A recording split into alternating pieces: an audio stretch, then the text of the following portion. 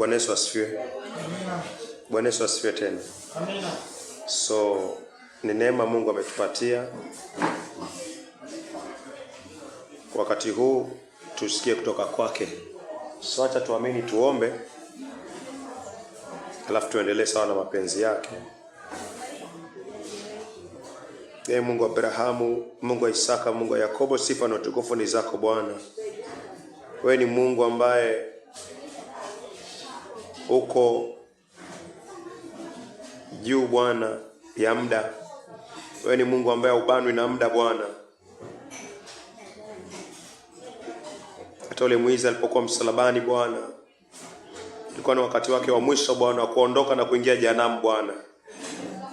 Lakini Bwana tukaona neema na rehema Bwana uliompatia mahali pale msalabani, na ikawa ahadi ya kwamba baada ya kutambua moyo wake, baada ya kutubu dhambi zake mbele za Kristo Yesu, Mungu uliokoa nafsi yake Bwana. Ee Mungu, maandiko haya Bwana atuyachukulii kama historia Bwana. Mungu, tunaomba yule Yesu aliyekuwa msalabani, yule Yesu Bwana aliyetazama moyo wa mwizi yule Bwana, yule Yesu Bwana aliyemhakikishia mwizi yule katika dakika ya mwisho Bwana kwamba leo atakuwa naye paradiso Bwana. Tunamlilia wewe Yesu Kristo Bwana, akatende Bwana, atende kwa nafsi Bwana ya wale ambao hawajaokoka Bwana na wako tayari kwenda kusafiri Bwana. Mungu, nenda ukaongea na David Bwana jinsi haujawahi kuongea katika maisha yake Bwana. Wacha akaone Bwana uovu wake Bwana, na akaone Bwana wokovu ulio ndani ya Yesu Kristo Bwana. Mungu, nenda ukampatie toba katika moyo wake, katika mawazo yake, hata katika mwenendo wake Bwana. Nenda ukampatie ufunuo Bwana utakao muokoa Bwana. Unajua kwamba siku zake Bwana zimefika na safiri kesho Bwana, tunamkabidhi mikononi mwako Bwana. Mungu, nasema upendezwi na kifo cha mwenye dhambi Bwana. Mungu, tunakulilia wewe Mungu unayeokoa nafsi katika siku ya mwisho Bwana, unaokoa nafsi katika dakika ya mwisho Bwana, unaokoa nafsi Bwana, unaokoa watu Bwana, kijiti kutoka kwa moto mtakatifu wa Israeli. Ndio kamuokoe Bwana, kwa sababu wokovu ni kazi ya Bwana. Mungu, mali hapa tulipaweka wakfu kwa neno lako Bwana. Kasema mtu yote atakayekuja mali hapa Bwana na dhiki na shida Bwana, atakapotambua makosa yake, atakapotubu, atakapokulilia Bwana, tunaomba Bwana umtendee Bwana. Na tunaamini kupitia andiko lako ulisema ni amina, na tumeona Bwana watu wakifunguliwa Bwana. Tumeona Bwana kazi zako, na tunaamini hata leo Bwana, hata sahihi Bwana unaenda kutenda Bwana. Mungu, nenda ukaonekane Bwana, nenda ukaokoe nafsi ya David Bwana, hata nafsi ya mtu mwingine yote Bwana ambaye Bwana atapata neema na rehema ya kusikia neno lako Bwana. Mungu, nenda ukaokoe, nenda ukasamee kila aina ya ulegevu, nenda ukasamee kila aina ya dhambi, nenda ukatuoshe na ukatutakase Bwana. Acha neno lako likafanye kazi hata kwa wengine wote Bwana ambao hawajapata Kristo Bwana. Nenda ukaseme nao na ukawaokoe dakika ya mwisho Bwana, sekunde ya mwisho Bwana. Asante kwa kumesikia Yesu nayekaa mkono wa kuume wa Mungu. Turumie Bwana, turehemu Bwana. Najua elimu haiwezi okoa Bwana, najua ufahamu hauwezi okoa Bwana, najua nguvu za mwanadamu na mapenzi ya mwanadamu hayawezi kuokoa Bwana. Ndio maana Bwana tumeshuka chini katika magoti yetu Bwana, tukisema Mungu tusaidie kwa ajili ya nafsi ya David na hata nafsi ya wengine Bwana. Mungu jitukuze Bwana, na kwa jina la Yesu Kristo aliye Bwana na mkombozi wetu tumeomba hata tukisadiki. Amen. Amen. So katika maandiko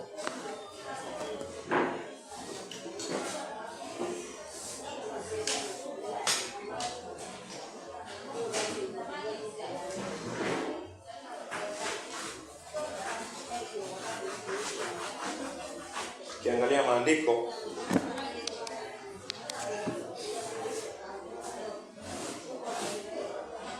Biblia imegawanyika mara mbili.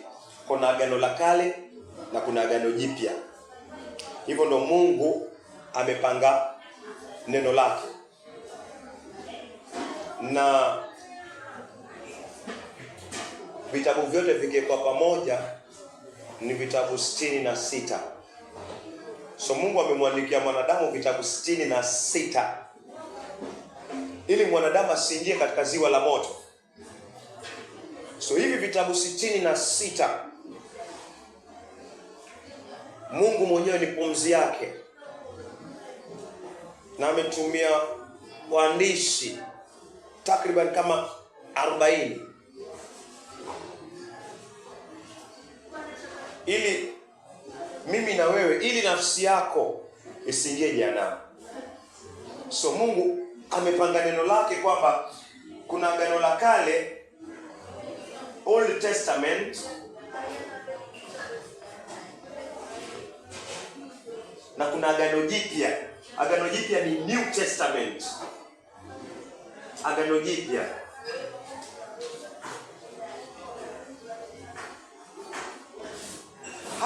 Haya yote yanakuhusu wewe, yananihusu mimi. Sisi Mungu anaandika tu alafu aipeane kwa hewa.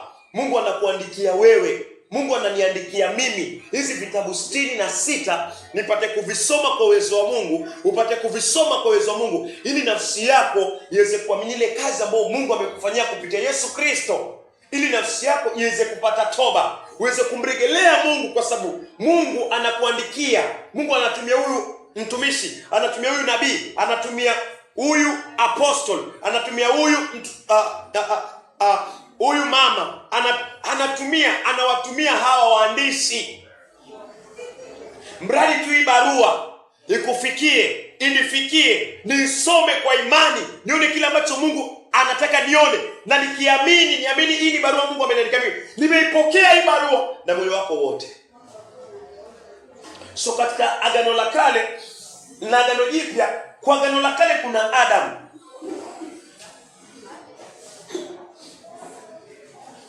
Kwa agano la kale kuna Adamu, ambapo huyu Adamu wa agano la kale ndio kila mwanadamu ametoka kwa huyu Adamu. Kila mwanadamu, kuwe na mzungu, kuwe na Mwafrika, kuwe na mweusi, kuwe na yellow venye wanasema, kuwe na red Indians, wanadamu wote misingi yao imetoka kwa huyu Adamu wa kwanza.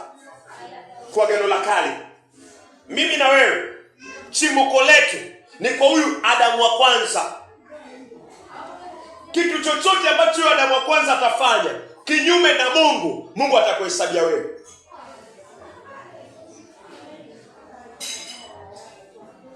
So huyu Adamu wa kwanza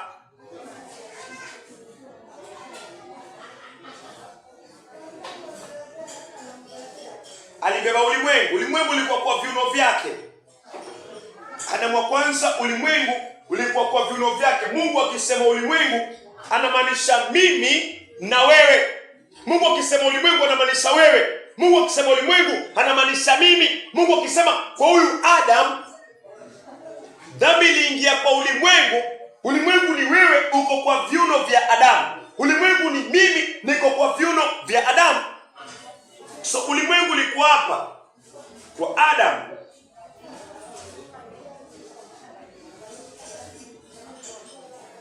Ulimwengu. Na ulimwengu ukiwa hapa, basi inamaanisha David yuko hapa na wengine na sisi. So huyu ni Adamu wa kwanza.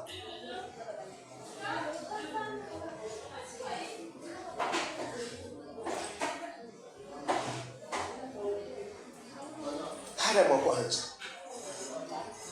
Hata tusome Wakorintho wa kwanza. Tuangalie Wakorintho wa kwanza 15. Wakorintho wa kwanza 15, mstari wake ukiwa ni wa 45. Wakorintho wa kwanza 15, mstari wake ni wa 45. Ndivyo ilivyoandikwa.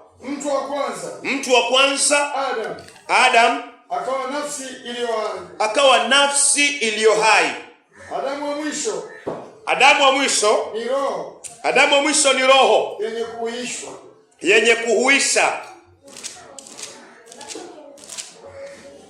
Rejelea tena tafadhali. Wakorintho wa kwanza 15 mstari wake ni wa 45. Ndivyo ilivyoandikwa. Mtu wa kwanza Adam akawa nafsi iliyo hai. Adamu wa mwisho, Mungu anasema Adamu wa mwisho ni roho yenye kuhuisha. Biblia yangu inasema kama hivyo imeandikwa, mtu wa kwanza Adam alifanyika kiumbe hai. Mtu wa kwanza Adam alifanyika kiumbe hai. Adamu wa mwisho yeye ni roho itiayo uzima. So Mungu anaongea kuhusiana na Adamu wa kwanza, alafu pia anaongea kuhusiana na Adamu wa mwisho.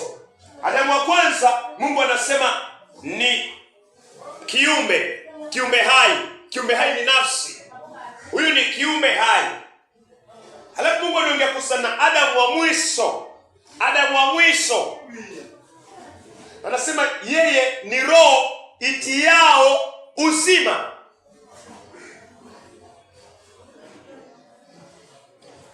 So kwa uwezo wa Mungu, maandiko yanaleta wazi Adamu wa kwanza, alafu yanaongea pia kuhusiana na Adamu wa mwisho.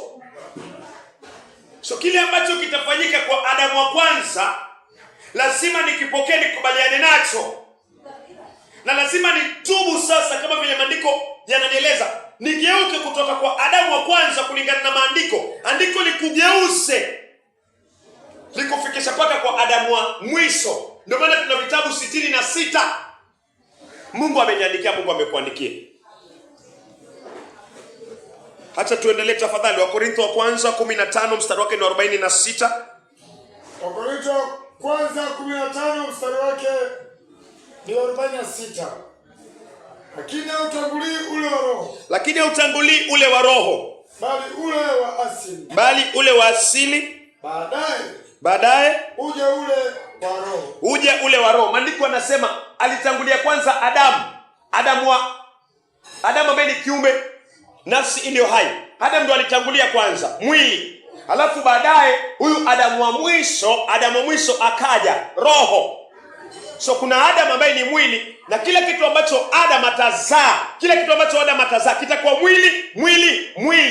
Mpaka Mungu abadilishe Adamu, amlete Adamu wa mwisho, na kile kitu ambacho Adamu wa mwisho atazaa itakuwa roho, kwa sababu imetoka kwa Adamu wa mwisho. So lazima nikubaliane nao Adamu wawili. Mungu anasema huyu ni mwili. Rejelea tena 46 tafadhali. Wakorintho wa kwanza 15 mstari wake ni 46. Lakini hautangulii ule wa roho, bali ule wa asili. Baadaye uje ule wa roho. Endelea. 47. Naam. Wakorintho wa kwanza 15:47. Mtu wa kwanza atoka katika nchi. Mungu anasema mtu wa kwanza anatoka katika nchi. Mtu wa kwanza anatoka katika nchi. Ni wa udongo. Mtu wa pili atoka mbinguni. Mtu wa pili anatoka mbinguni. Huyu ndio Adamu wa pili. Adamu, mtu wa pili. Mtu inamaanisha Adamu. Adamu wa pili.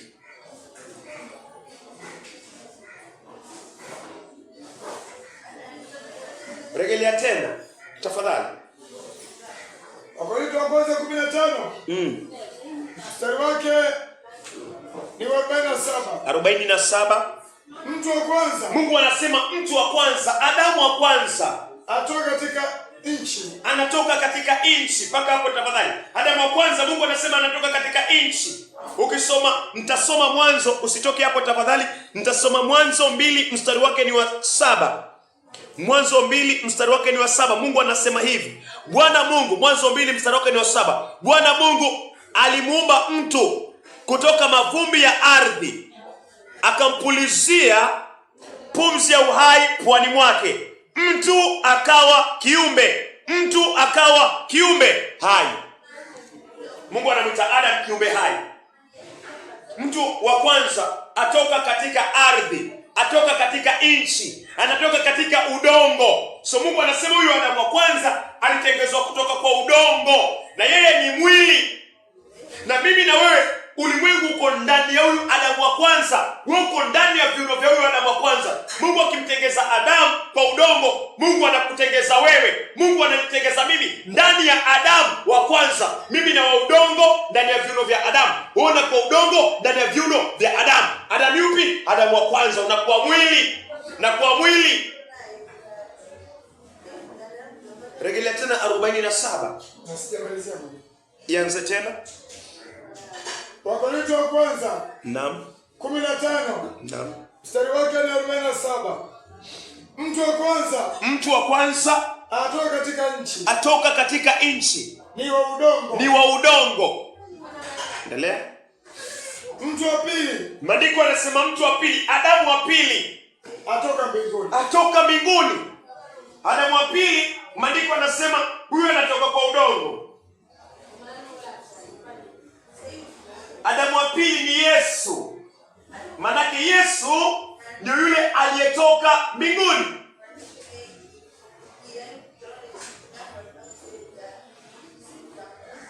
Adamu wa pili ni Yesu.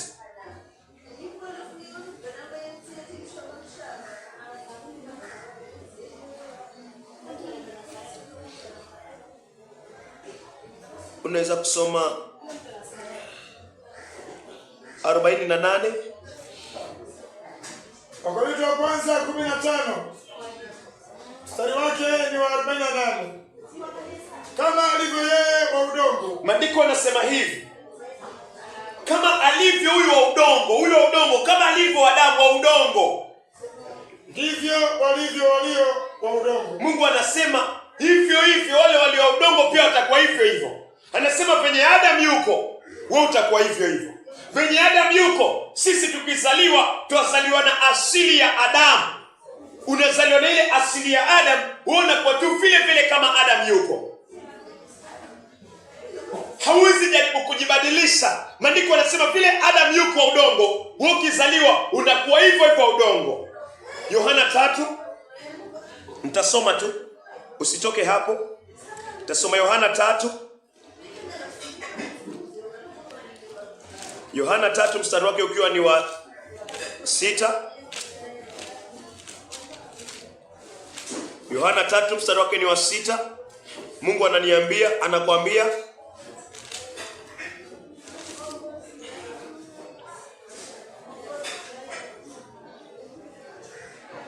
mwili uzaa mwili, lakini roho uzaa roho. Mungu anasema mwili, huyo Adamu wa udongo ni mwili. Huyo Adamu wa udongo, huyu ni mwili. Na mimi na wewe tunaanza hapo maisha yetu kwa udongo na kwa mwili. So kitu ambacho utakuwa unafanya ni matendo ya mwili, uzinzi, usherati, chuki, hasira, kiburi, yatakuwa yanaonekana na huwezi kuyazuia, kwa sababu kile ambacho kinazaliwa kutoka kwa Adamu wa kwanza ni mwili. Lazima kitembee katika mwili. Ndio maana una matamanio. Chuki inaonekana, hasira inaonekana. Mungu anasema kwa neno lake, yule anayezaliwa kwa Adamu wa kwanza, maana Adamu ni mwili, unazaliwa kama mwili. Chuki inakuwa katika moyo wako. Tamaa inakuwa katika moyo wako. Ndio maana tukienda shule tunaona watu wanapenda ulevi, watu wanapenda uzinzi, watu wanapenda usherati. Ni kwa sababu gani? Hawataki kufuata amri za Mungu. Wanaona kama ni kelele, ni kifungo. Ni kwa sababu gani? Maandiko yanasema hivi, kuna Adamu wawili. Adamu wa kwanza ni mwili, na kile ambacho Adamu wa kwanza anakizaa, mimi na wewe tuko ndani ya viuno vyake. Adamu wa kwanza akituzaa, atatuzaa kama mwili. David atazaliwa kama mwili, atapenda mambo ya mwili, atapenda tamaa za mwili. Kwa nini? Mali ametoka kwa Adamu wa kwanza, amekuzaa na kuzaa mwili. Na Mungu anasema Yesu ambaye ni Adamu wa pili, Yesu ni roho.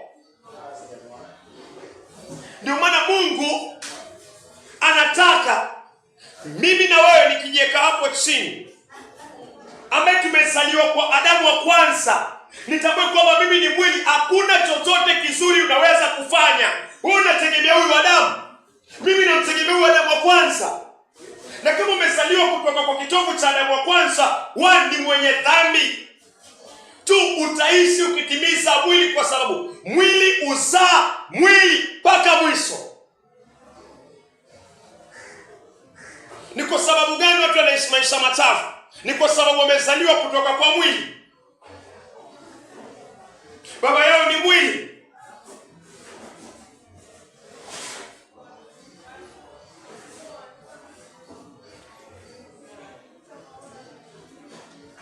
Yohana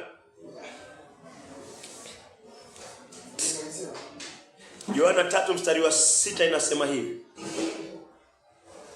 mwili uzaa mwili. So kwa nini uko na tamaa ya wanawake, chuki ya wanaume, kutokutii pengine sehemu hii neno la Bwana? Ni kwa sababu wewe ni mwili. Hivyo ndio unafaa ujue. Na kwa sababu wewe ni mwili, wa Galatia 5:19, kile ambacho kitakuwa unazaa, kile ambacho kitakuwa kinaonekana kwako, ni sura ya Wagalatia 5:19. Manake mwili uzaa mwili. So kile ambacho kimekuwa kikiendelea katika maisha ya mwenye dhambi, asifikirie kwamba anaweza jibadilisha. Anafaa ajue kama maisha yangu ni machafu, kwa sababu maisha yangu na yako yanatokana kwa Adamu wa kwanza. Kwa sababu ya huyu Adam ndio amekufanya wewe. Huyu Adam amenifanya mimi. Huyu Adam ametufanya sisi tuenende katika mwili. Wagalatia 5:19, matunda yako yatakuwa haya. Wagalatia 5 mstari wake ni wa 19. Basi matendo ya mwili ni dhahiri. Mpaka hapa maandiko anasema basi, Mungu anasema basi matendo ya mwili, matendo ya Adamu wa kwanza, matendo ya Adamu wa kwanza. Nafaa nijue nimetoka kwa viuno, nafaa ujione niko hapo kwa viuno vya Adamu. Mungu anasema matendo ya huyu baba ambaye anaitwa Adamu. Basi matendo ya mwili ni dhahiri. Matendo ya Adamu ni yapi? Yale mumeona kwa maisha yako. Basi Wagalatia 5 mstari wa 19.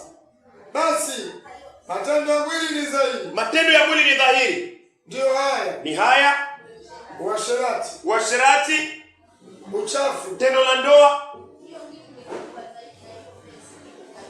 Mali hakuna ndoa, hamjaoana, hujaoa, lakini unajipata tu unataka kufanya tendo la uasherati. Nataka kuwa na girlfriend, nataka kuwa na boyfriend.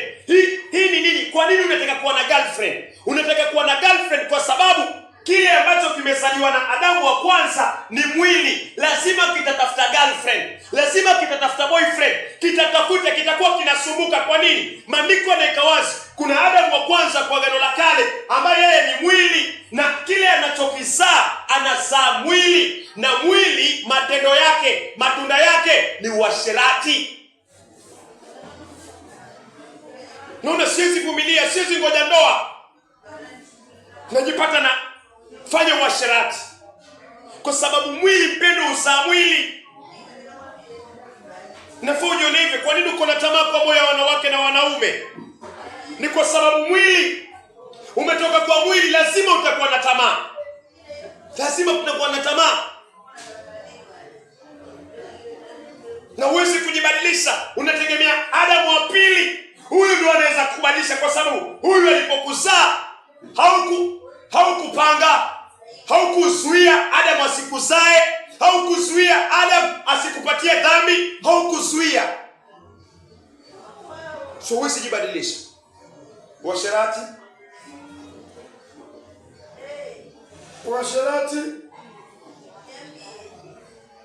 uchafu,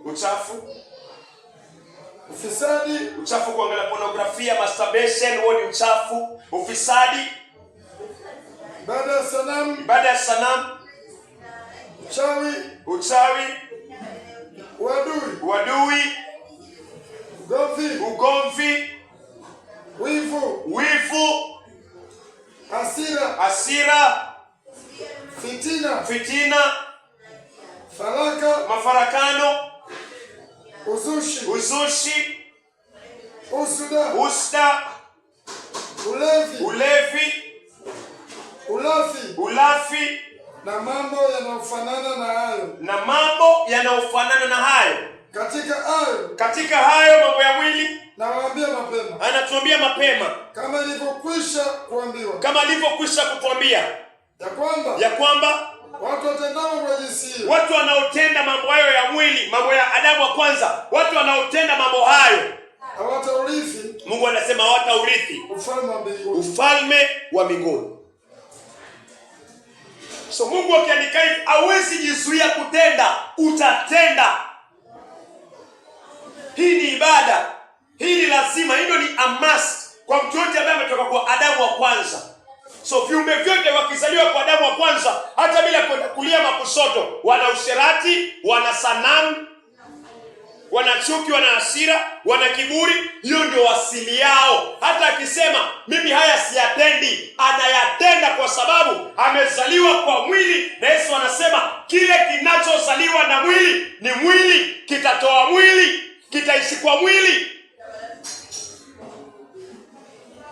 Huwezi zuia makucha kumea, yatamea. Hawezi zuia, hawezi kujizuia. Hiki ni kifungo ambacho kimetokana na Adamu, na huwezi kujizuia katika matendo haya machafu. Utayafanya, a must, lazima utayafanya. Kwa nini? Kwa sababu Mungu amekaa Adamu wa kwanza na akasema kila atakayeumbwa atatokana na huyo Adamu. Toda manasa mwili. So Warumi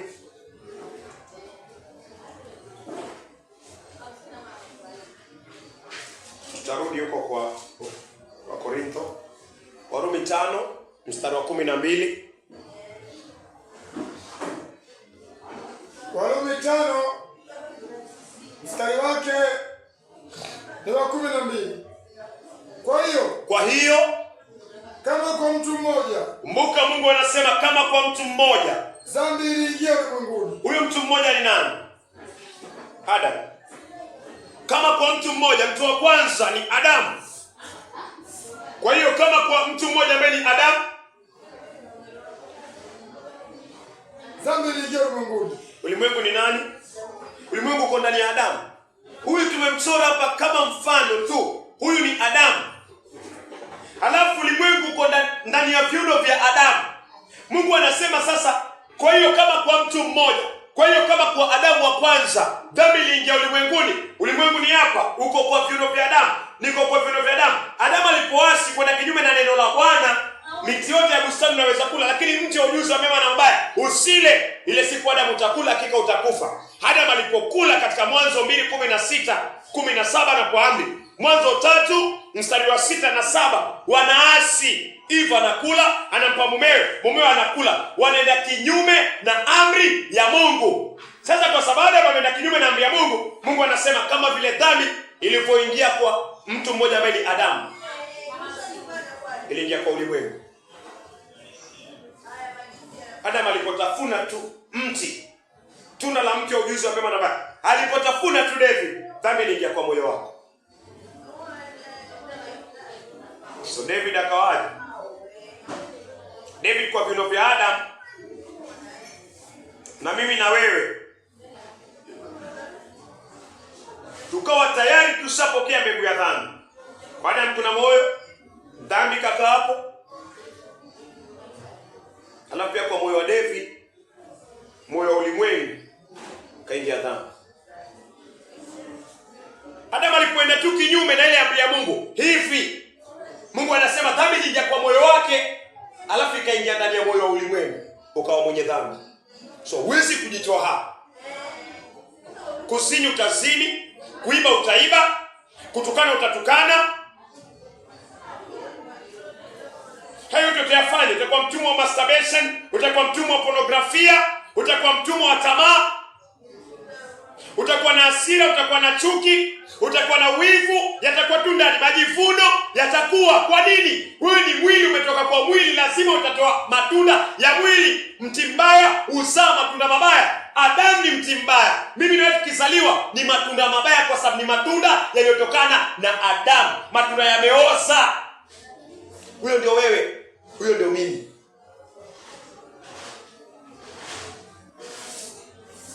So hawezi enda kulia, hawezi enda kushoto. Na hii kweli msingi wa ulimwengu, Mungu ameweka watu wawili. Adam yuko hivi, na unasaniona hii dhambi kama kwa mtu mmoja dhambi iliingia kwa ulimwengu. So dhambi iko ndani ya moyo wako, ikawa ndani ya moyo wangu, haijaisha.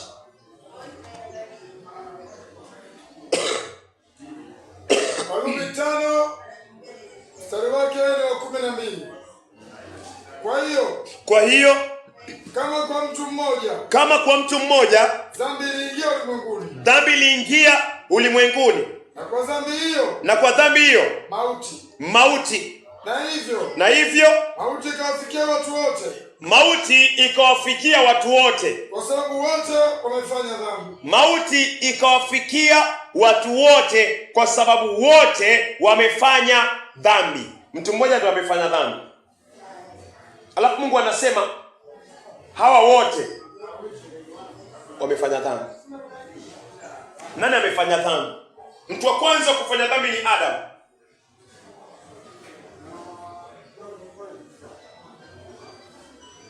Adam alipofanya dhambi kwa kwenda kinyume na neno la Mungu, Mungu anasema wewe pia ulipokea hiyo dhambi. Wewe pia sababu wote wamefanya dhambi. Wewe pia umefanya dhambi. So elewa tafadhali, kile ambacho Adam wa kwanza anakifanya, Mungu anakuhesabia dhambi. Kile ambacho Adam wa kwanza anakifanya, Mungu ananihesabia, Mungu anatuhesabia. Anatuhesabia vipi? Tuipokea dhambi kwa imani. Mungu anasema wewe ni mwenye dhambi. Kwa nini? Kwa sababu ya Adamu wa kwanza.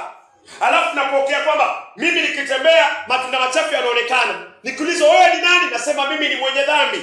Kwa nini? Kwa sababu Mungu amesema kwa neno lake, Adamu alienda kinyume na neno lake. Mimi na wewe tulikuwa kwa viuno vya Adamu. Tukapokea hiyo dhambi, tukafanyika wenye dhambi kwa imani. Adamu hujamuona. Bustani ngeni haujaiona. Mti wa ujuzi wa mema na mabaya haujaiona. Tunda la mti wa ujuzi wa mema na mabaya haujaliona. Lakini Mungu anakuambia wewe ni mwenye dhambi kwa sababu ya nani? Ya Adamu. Alafu kwa imani unaamini mimi ni mwenye dhambi kwa sababu ya Adamu. Na ni kweli kabisa. Ni sawa kabisa. Kwa sababu neno linasema hivyo.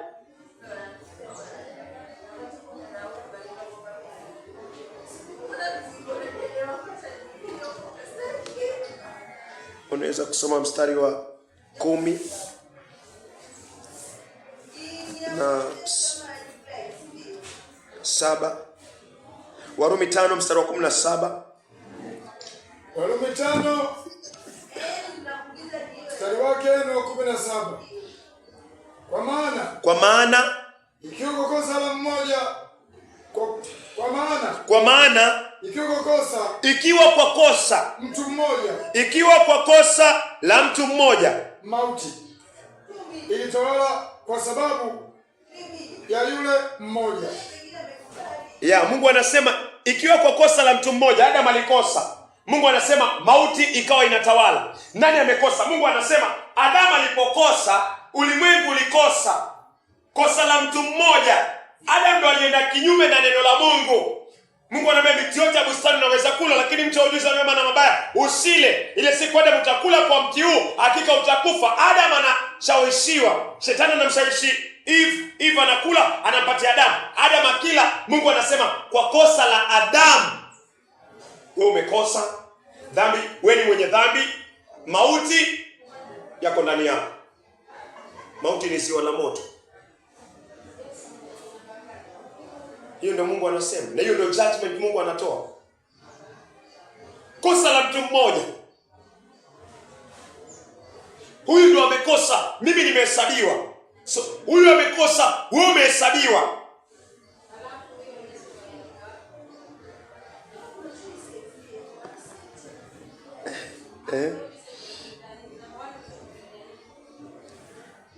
Warumi 5:17.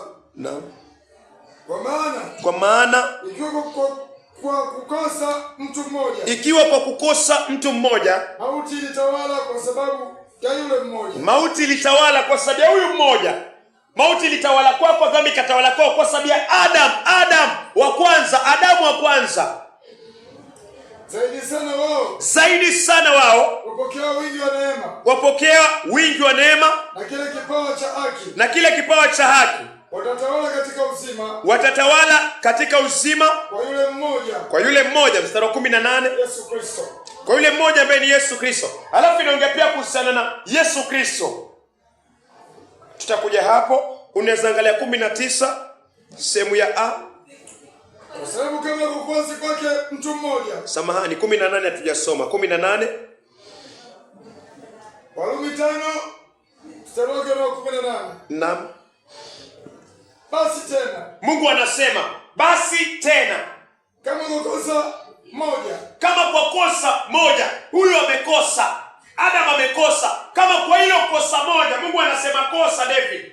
Kosa. Mungu anasema kosa moja. Wapendwa, Mungu ndiye anajua ni makosa mangapi. Mungu anasema kwa kosa moja.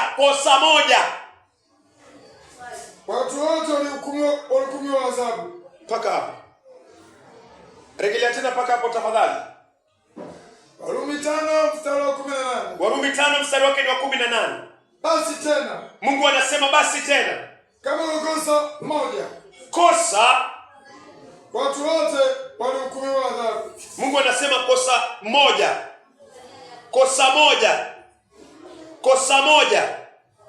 Watu wote wanahukumiwa adhabu. Paka hapo. Hebu fikiria kwanza. Mungu anasema Adam ndo anaenda kinyume na neno lake. Adam ndo alikosa. Na kwa sababu Adam wa kwanza amekosa, Mungu anasema ulimwengu mzima nitauingiza jehanamu. Mtu mmoja ambaye ni Adam amekosa, Adam wa kwanza. Mungu anasema kwa sababu Adam wa kwanza amekosa, Mungu jicho lake liko hapa. Ni mfano tu. Jicho lake linamwangalia huyo Adam. Likimwangalia huyo Adam, linaangalia ulimwengu. So Mungu anakuangalia wewe, ananiangalia mimi, anaangalia ulimwengu kupitia Adam wa kwanza. Mungu amemsimamisha Adam wa kwanza, alafu anaangalia ulimwengu kupitia Adam wa kwanza. Anasema huyu Adam wa kwanza kwa sababu amekosa. Huyu Adam wa kwanza amekosa kosa moja. Mungu anasema ulimwengu mzima umehukumiwa kuingia jehanamu. Umehukumiwa adhabu ya milele, adhabu ya ziwa la moto. Ufunuo 21 mstari wa 8. Hiyo ndio adhabu Mungu anasema. Huyu Adam amekosa. Mungu anasema kwa sababu ya kosa moja, wanadamu wote, ulimwengu wote, kwa sababu ya Adam wa kwanza amekosa. Mungu anasema ulimwengu wote umehukumiwa adhabu. Uone na jehanamu kwa sababu gani? Kwa sababu Adam amekosa. Na huwezi jitengeneza kwa hilo kosa. Licha kwa kuna maovu mengine ambayo umeyafanya pia yanakupeleka jehanamu, lakini chanzo cha kwanza kabisa Mungu anasema kwa kosa la Adamu wewe umehukumiwa. So hata kabla hujatenda lolote, mradi umezaliwa mara ya kwanza kwa Adamu, Mungu anasema huyu tayari yuko chini ya Adamu kwa sababu ya kosa la mtu mmoja, Adamu wa kwanza. Adamu hii ni gani? Ufunuo 21:8. Ufunuo 21 mstari wake ni 8. Bali waoga na wasioamini na wachukizao na wauaji na wazinzi na wachawi na hao waabudio sanamu, na hao waabudio sanamu, na waongo wote, sehemu yao, Mungu anasema sehemu yao ni katika lile ziwa lile ziwa liwakalo moto na kibiriti. Hii ndiyo mauti ya pili. Hiyo ndio Adamu. Kosa la Adamu kwenda kinyume na amri ya Mungu. Mungu anasema ulimwengu mzima. Mungu anasema sitaki kujua. Ulimwengu mzima kwa sababu ya Adamu. Kwa sababu ya kosa la mtu mmoja. Ziwa la moto. So hata ukizaliwa bila kutenda uovu wote ule, ukae miaka yako iendelee kuishi, iendelee kuwa haujatenda chochote, Mungu anasema bado kwa sababu ile dhambi ya Adamu bado imekaa ndani yako. Hata tukizaliwa tu tayari, Mungu anasema sisi ni wale ambao tuko chini ya Adamu. Yaani uko chini ya hasira ya Mungu na uko chini ya Adamu. Uko chini ya Adamu. Adamu ni ziwa la moto. Hiyo Adamu ni ziwa la moto. Na hiyo Adamu umeipata vipi? Adamu wa kwanza alienda kinyume na amri ya Mungu. Usile mti wa ujuzi wa mema na mabaya. Akala, akatenda dhambi. Mungu anasema, kwa hiyo kosa moja ulimwengu mzima umetenda dhambi na utahukumiwa. So uko chini ya hukumu kwa sababu ya kosa la nani? Adamu. Hukumu ni gani? Ziwa la moto. So nahitaji na uwezi jibadilisha. Siwezi jibadilisha. Nahitaji desperately na muhitaji Adamu wa pili. Yeye peke yake ndio tumaini. Hauwezi jibadilisha. Maandiko yanasema mkushi hawezi badilisha ngozi yake. Chui hawezi kubadilisha madoa yake. Yeremia 13 mstari wake ni wa 23. Hauwezi kujibadilisha hata kama amekuza hivyo. Juu yako hasira ya Mungu iko juu. Yeremia 13 mstari wake ni wa 23. Hasira ya Mungu iko juu yako. Adabu ya Mungu iko juu yako. Unazaliwa na Adam wa kwanza, tayari uko na kosa. Tayari ziwa la moto iko juu yako. Yeremia 13 mstari wake ni wa 23. Je, mkushi anaweza kujibadili ngozi yake? Je, mkushi anaweza kubadilisha ngozi yake? Wakushi ni wa Afrika, wa Ethiopia. Hawezi badilisha ngozi yao. Au chui? Ama chui madoa yake. Chui kubadilisha madoa. Maandiko akisema chui na madoa. Maandiko akiongea kuhusiana Yesu ni mwana kondoo asiyekuwa na doa. Doa inamaanisha uchafu. Doa inamaanisha matendo ya mwili. Uzinzi ni doa, chuki ni doa, usherati ni doa, kiburi ni doa, mafarakano ni doa, uasherati ni doa. So Mungu akisema chui kugeuza madoa yake, Mungu anamaanisha wewe na mimi, wala tuliozaliwa na Adamu. Hatuwezi kubadilisha tabia yetu mbaya. Hatuwezi kubadilisha dhambi yetu. Hatuwezi kubadilisha makosa yetu. Hatuwezi kubadilisha ile hukumu Mungu tayari ametupatia na Adamu.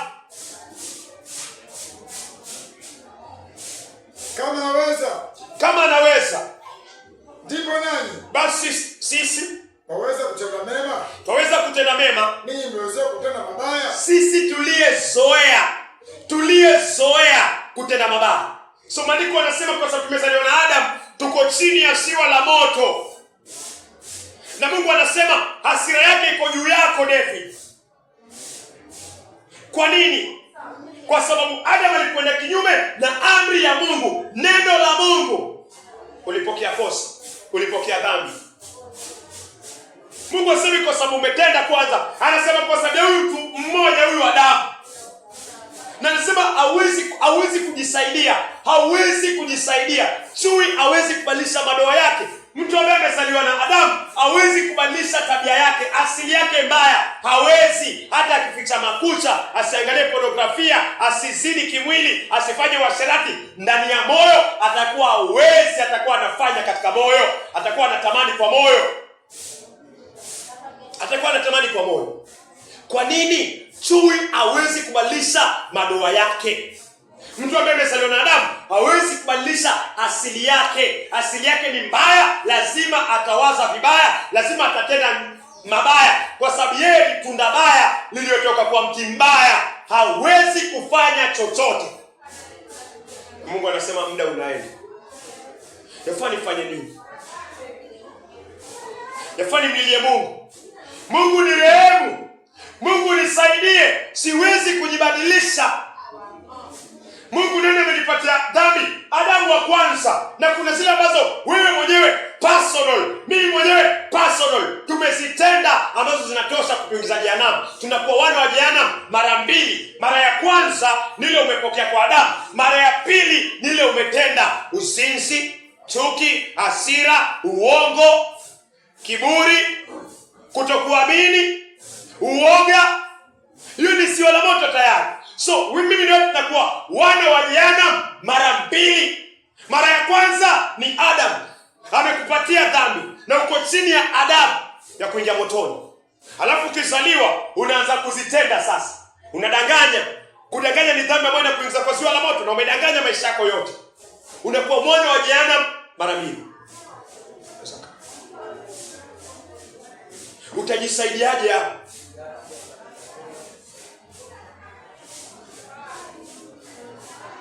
Mwanamke akipita hivi, roho inakwambia, hebu muangalie, unamtamani. Unang'ang'ana, unasema hata unasema unajipata na muangalie. Natokaje kwa hicho kifungo? Utatokaje kwa hicho kifungo? Mungu anasema hawezi kutoka kwa nguvu zako. Nifanye nini sasa? Nani ameniharibia maisha? Adam amekuharibia, ndio. Alafu wewe mwenyewe pia umejiharibia, kwa sababu wewe pia umetamani. Na umesifunja amri za Mungu. Sasa nifanye nini? Nifanye nini sasa? Haya ndio maisha yangu, nifanye nini sasa? Mungu utanisaidiaje kwa haya?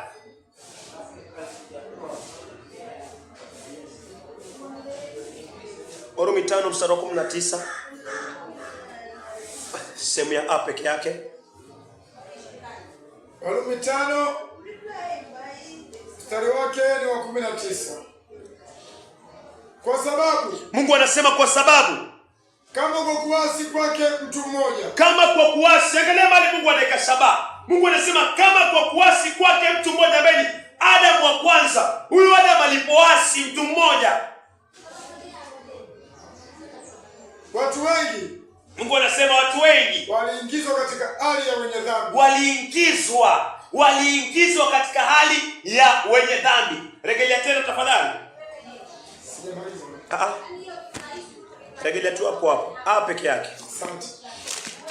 Warumi 5 mstari wake ni wa 19. Warumi 5 mstari wake ni wa 19, sehemu ya A. Sababu kama kwa kuasi kwake mtu mmoja. Mungu anasema kwa sababu kama kwa kuasi kwake mtu mmoja, watu wengi waliingizwa katika hali ya wenye dhambi. Watu wengi waliingizwa katika hali ya wenye dhambi. Hiki ndio kipimo cha Mungu. Mungu anasema Adamu wa kwanza alipoasi, Biblia yangu inasema kutokutii. Kama kutokutii kwa mtu mmoja, hakutii amri ya Mungu moja, hakuitii. Mungu anasema kwa sababu Adam hakutii, watu wengi kwa ulimwengu, David na wengine wameingizwa katika hali ya wenye dhambi. Kwa nini wewe ni mwenye dhambi mbele za Mungu? Ni kwa sababu Mungu anasema Adamu wa kwanza hakutii amri yake. Yeye ndio alivunja amri. Mimi sijavunja amri ya Mungu. Wewe unaivunja amri ya Mungu. Mungu anasema haendi hivyo. Amesimamisha kwa agano la kale Adamu wa kwanza. Anasema ulimwengu wote watoka kwa huyu Adamu wa kwanza. Na huyu Adamu wa kwanza akivunja amri ya Mungu, wewe ulikuwa ndani yake. Mimi nilikuwa ndani yake. Adamu akivunja, mimi na wewe tunaivunja kwa sababu tulikuwa ndani ya Adamu. Umeumbwa na udongo, mimi nimeumbwa na udongo. Adamu ameumbwa na udongo, tulikuwa ndani ya Adamu. Mungu akituumba, alituumba ndani ya Adamu. Anaumba mtu mmoja, lakini ndani yake Mungu anaumba watu wengi. Maana anaweka watoto kwa viuno vya Adam. Anaweka watoto hapa.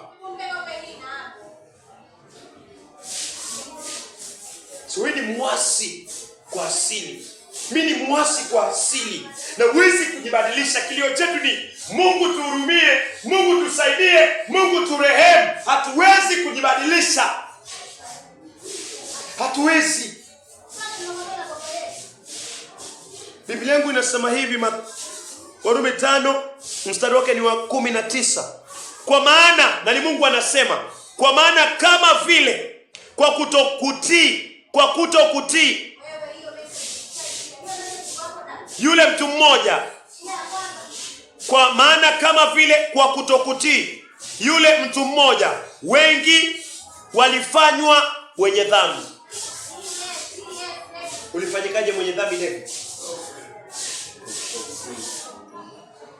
Mtu mmoja ni nani? Yes, Adamu wa kwanza. Leo waingia Jehanamu. Waingia Jehanamu leo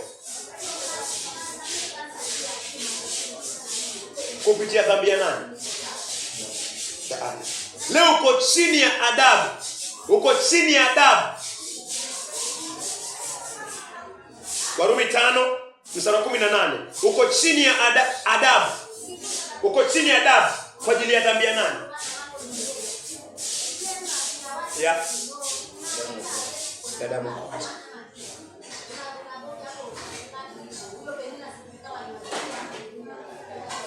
Unaamini hiyo? Unaamini hiyo? Sawa sawa. So unaweza kusoma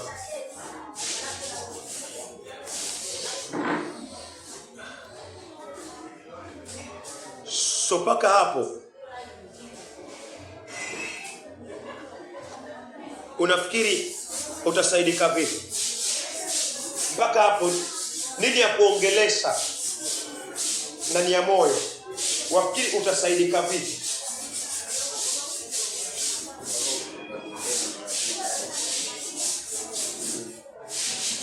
Na hiyo ndio tumaini tu peke yake, ama kuna njia ambayo weza tegemea na ikakue ondoa pengine kwa hiyo adabu ya Mungu? Hataki utegemee chochote kile. Hataki utegemee chochote kile. Vile vile mtu wa kwanza amekufanya mwenye dhambi. So ni Mungu mwenyewe atakufanyia kazi. Mungu mwenyewe atakufanyia kazi.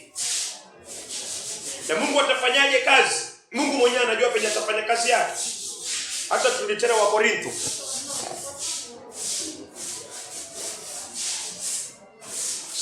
Hata turudi wa Korintho wa kwanza 15.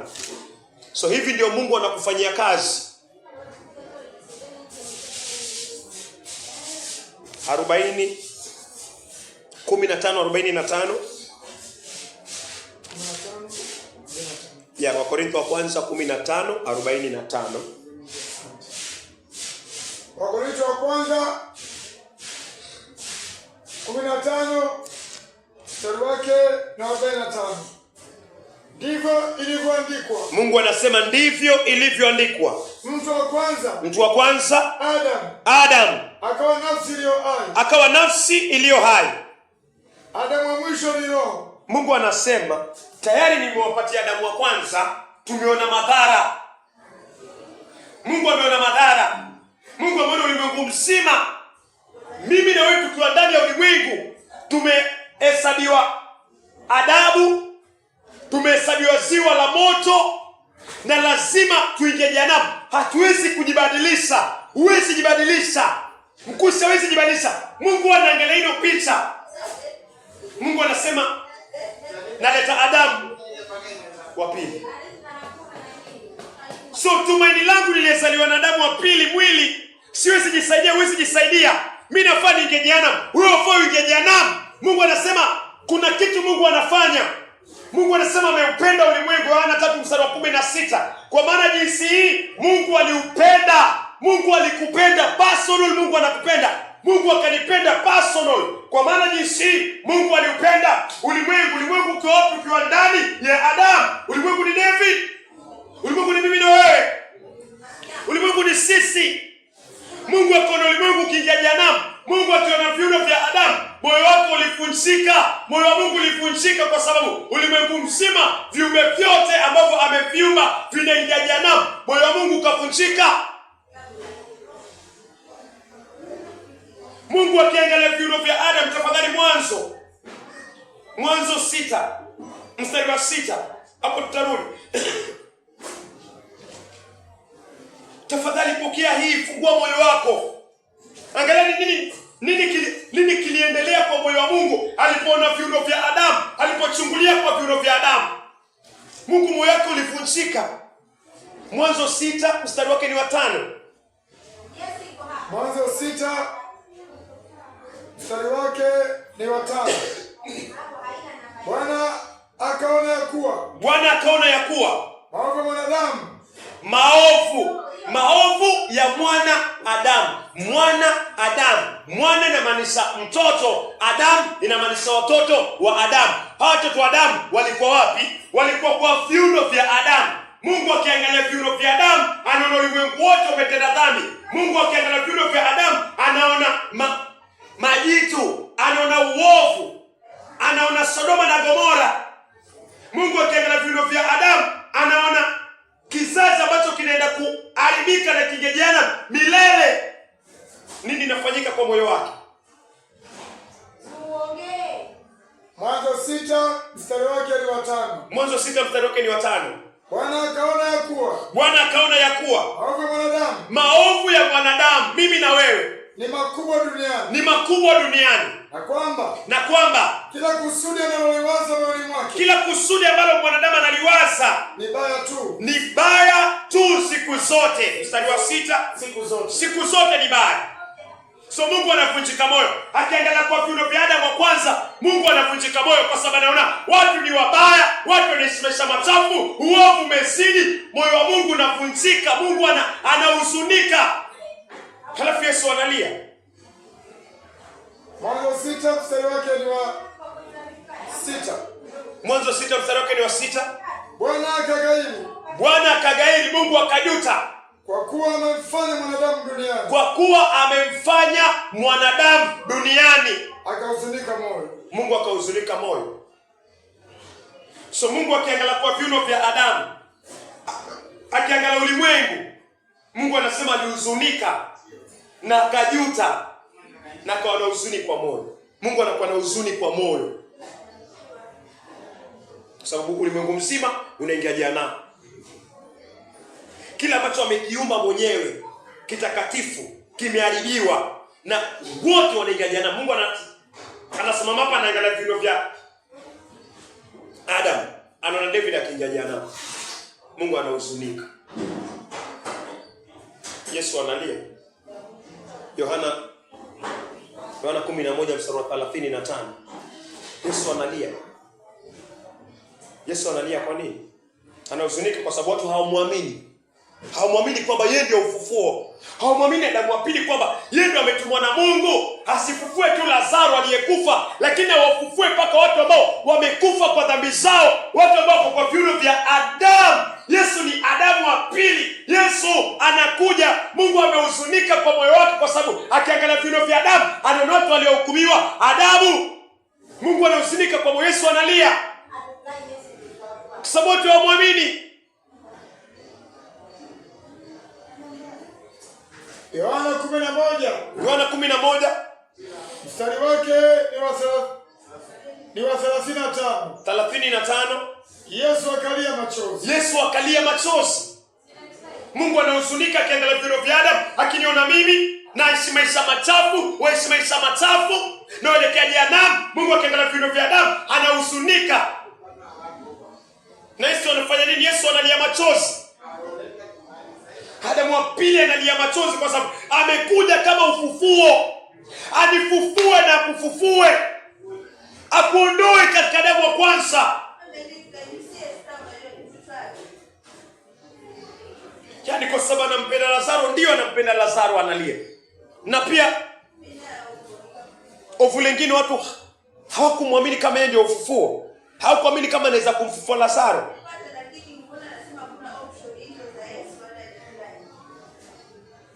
Hii ni kutokuamini.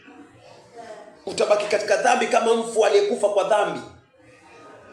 Yesu anamwaga machozi. Mungu anahuzunika kwa moyo. So Yohana 3:16 inafanya Mungu alete Adamu wa pili. Yohana 3:16. Yohana 3 mstari wake ni wa 16. Naam. Kwa maana jinsi hii Mungu aliupenda ulimwengu. Mungu aliupenda ulimwengu hata akamtoa. Mungu aliupenda ulimwengu hata akamtoa mwanawe wa kipekee, ili kila mtu amwaminie. Ili kila mtu atakayemwamini huyu mwanawe wa kipekee ambaye Mungu amemtoa asipotee, bali awe na uzima wa milele. Hapa ndio matumaini yetu kama watoto wa Adam waliozaliwa kwa dhambi, watu ambao wanaelekea jehanamu, hawezi kujisaidia. Mungu anaangalia viuno vya Adam, anahuzunika. Yesu anamwaga machozi. Tukielekea jehanamu, Mungu anasema nimempenda David.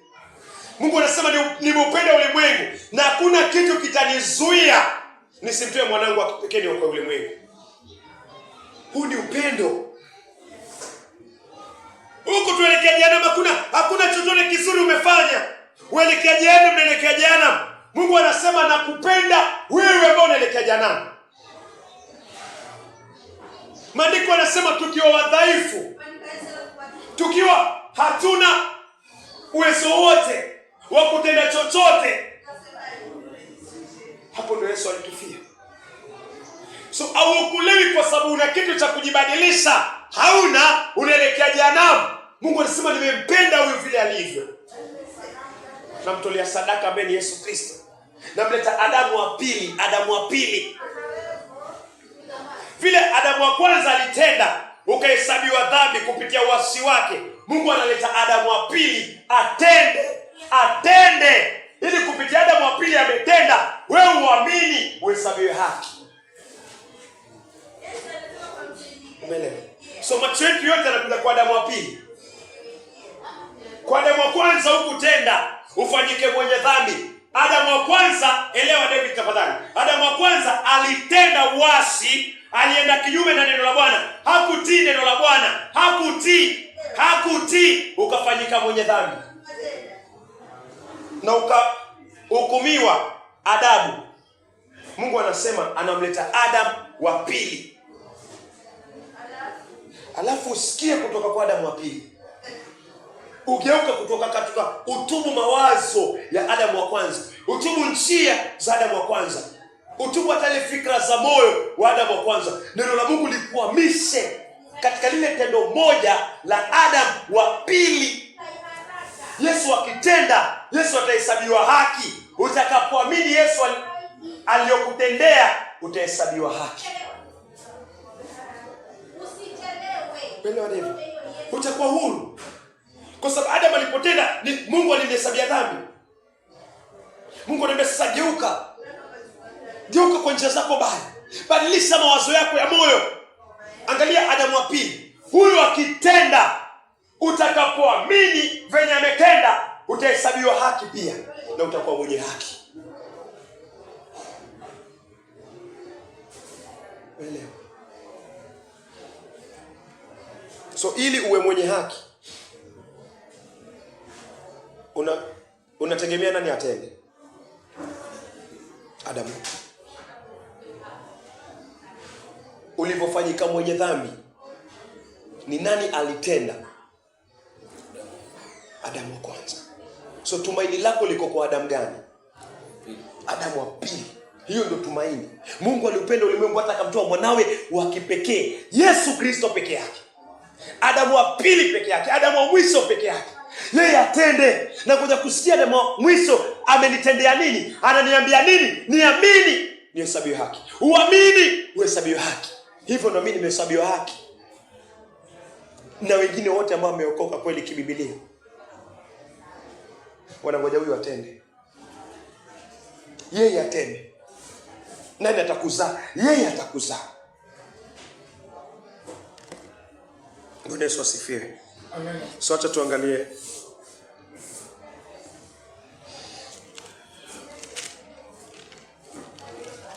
Mathayo 7, Mathayo 4, Mathayo 4:17.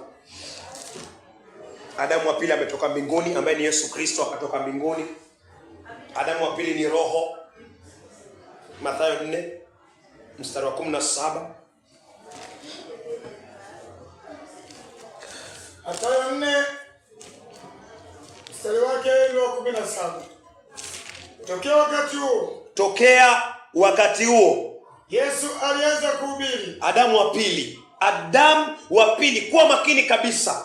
Yesu ambaye ni Adamu wa pili akaanza kuhubiri na kusema tubuni. Anaambia ulimwengu tubuni, yani geukeni kutoka kwa makosa yenu, tokeni kwa Adam. David, ondokeni kwa imani ya Adam, ondokeni kwa kosa la Adam alilotenda ukafanyika mwenye dhambi. Anakwambia geuka, ondoka, shift. Neno la Mungu kwa imani lishift moyo wako kutoka kwa huyu Adam. Kutubu ni kugeuka kutoka kwa njia mbaya, kuyaacha makosa, hata mawazo ya kutokuamini, mawazo ya kwamba Adam alikosa nikafanyika mwenye dhambi. Yesu anakwambia ondoka huko kwa Adam, ondoka kwa wazo hilo, tubu wazo hilo. Yesu anakwambia hivyo. Adamu wa pili akianza kuhubiri, alihubiri toba. Kwa nini toba? Kwa sababu Adamu wa kwanza ashaniingiza kwa kosa. Yesu hawezi kuanza kumwaga damu. Adamu wa pili hawezi mwaga damu kwa sababu dhambi imeingia, kosa limeingia. Anawaambia sisi watoto wa Adamu, David, ondoka kwa makosa yako, ondoka kwa makosa ya Adamu kwa imani. Change your heart. Neno la Mungu libadilishe moyo wako, libadilishe mawazo yako. Hiyo ndio repentance na mwenendo, deeds. Yesu anakuambia utubu, utoke kwa Adamu wa kwanza kwa imani, uingie kwa hiyo.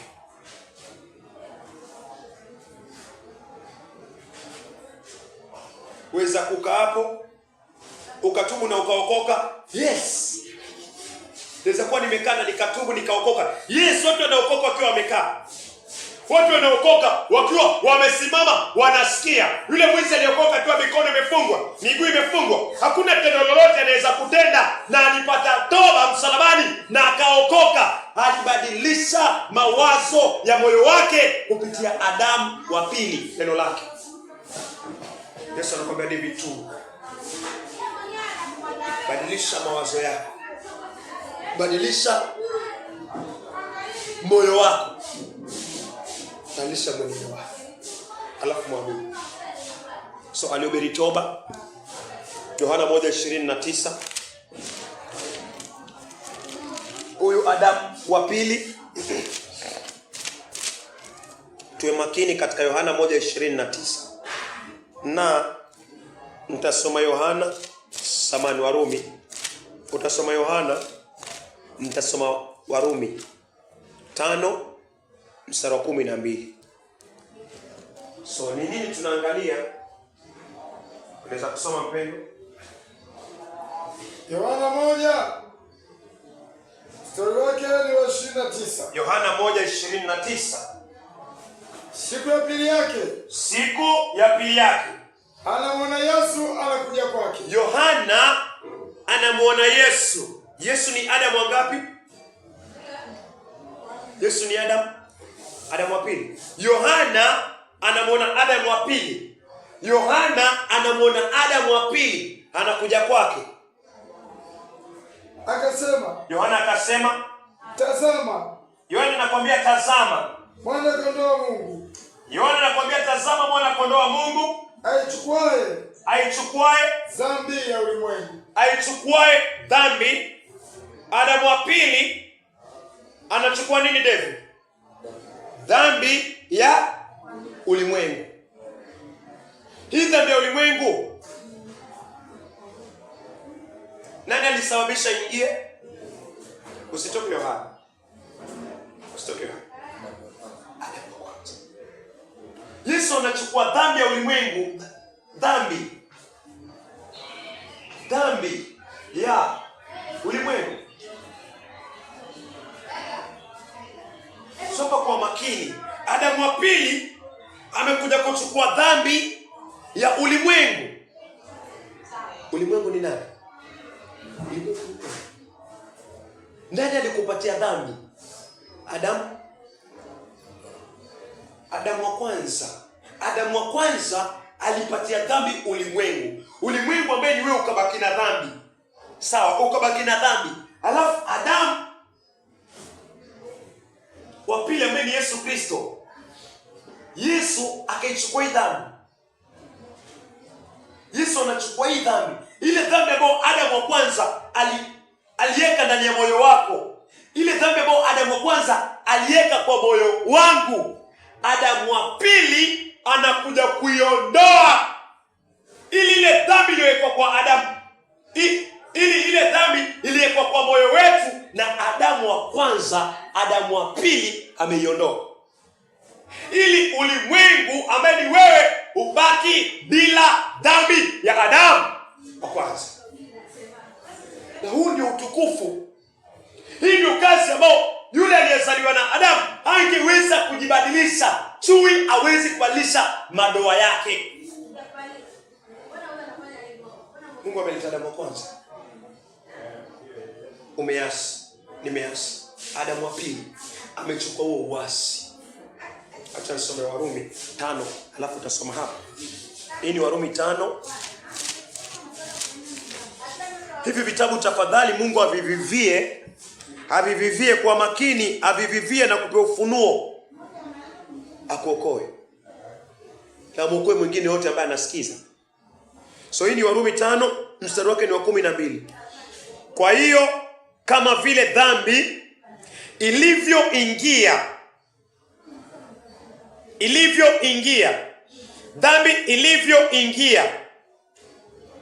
ulimwenguni kupitia mtu mmoja. So wewe ni mwenye dhambi kwa nini? Adamu wa kwanza ya makosa haya dhambi. Yes. So uko na dhambi hapo. Uko na dhambi? Ya maandiko yanasema uko nayo. Kwa hiyo kama kwa mtu mmoja dhambi iliingia ulimwenguni. Mtu mmoja ni Adamu wa kwanza. Dhambi kaingia ulimwengu. Ni Yohana 1:29. Yohana 1 mstari wake ni wa 29. Yohana 1:29. Siku ya pili yake amwona Yesu anakuja kwake. Yohana anamuona Yesu. Yesu ni Adamu wa pili. Yohana anamuona Adamu wa pili anakuja kwake. Adamu wa pili akasema, Yohana anasema, tazama. Anakuambia sasa, tazama Mwana kondoo wa Mungu. Mwana kondoo wa Mungu, yani Adamu wa pili aichukuaye dhambi ya ulimwengu. Aichukuaye dhambi ya ulimwengu. Aichukuaye dhambi ya ulimwengu. Ulimwengu sasa unafaa ufurahi kwamba damu yangu ambayo Adamu alinipatia, Adamu wa kwanza, Adamu wa pili ambaye ni Yesu Kristo ameichukua. Adamu wa kwanza amenipatia dhambi ya ulimwengu. Adamu wa pili amechukua hiyo dhambi iliyoingia ulimwenguni.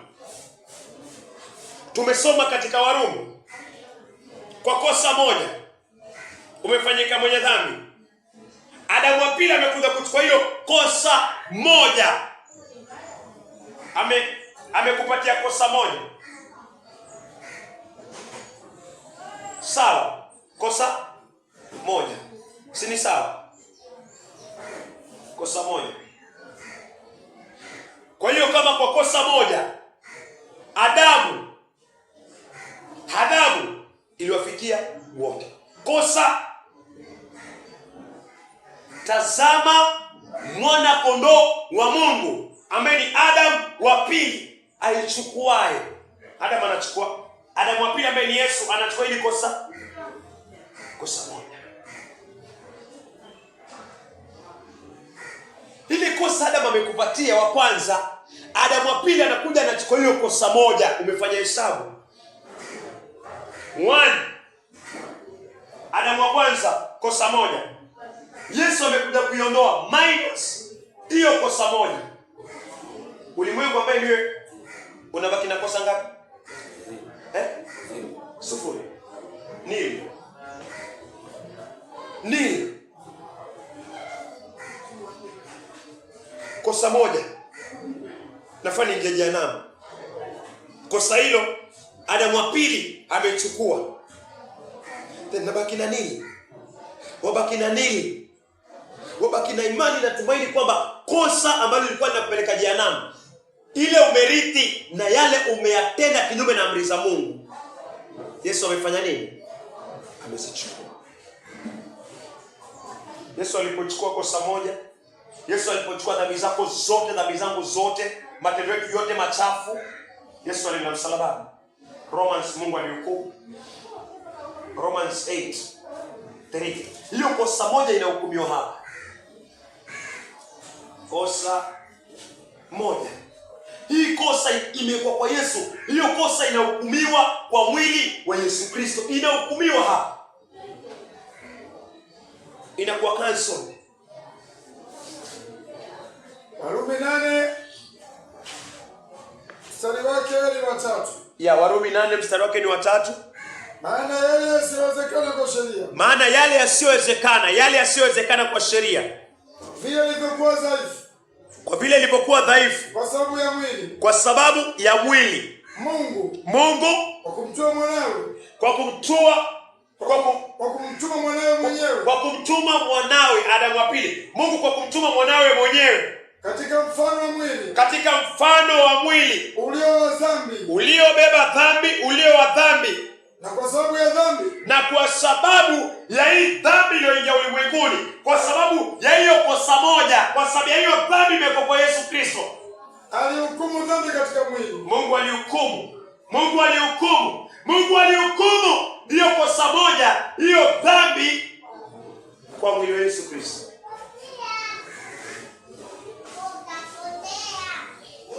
Adamu wa kwanza amekupatia kosa. Adamu wa pili amekuja amechukua hiyo kosa. Sawa. Ameenda nayo msalabani. Mungu amehukumu hiyo kosa. Mungu ameipiga hiyo kosa. Hiyo dhambi ya ulimwengu iliyoingia na mtu mmoja, Mungu ameipiga kwa Adamu wa pili. Adamu wa pili akamwaga damu. Hiyo kosa ikaoshwa. Adamu wa pili akasema imekwisha. Adamu wa pili akakuzaa. Adamu wa pili akanizaa. Roho uzaa roho. Adamu wa pili ni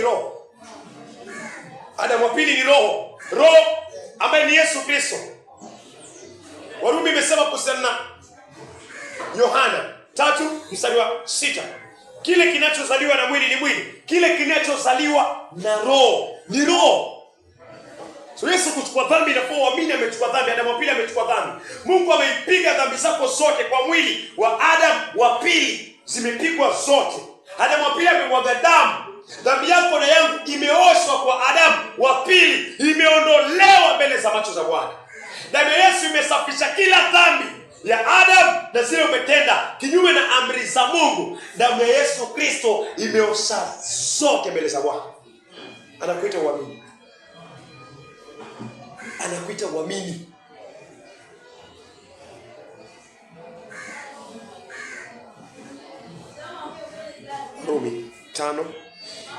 Warumi 5. Tafadhali amini. Hii ni kazi ya damu sasa. Warumi 5 mstari wake ni 9.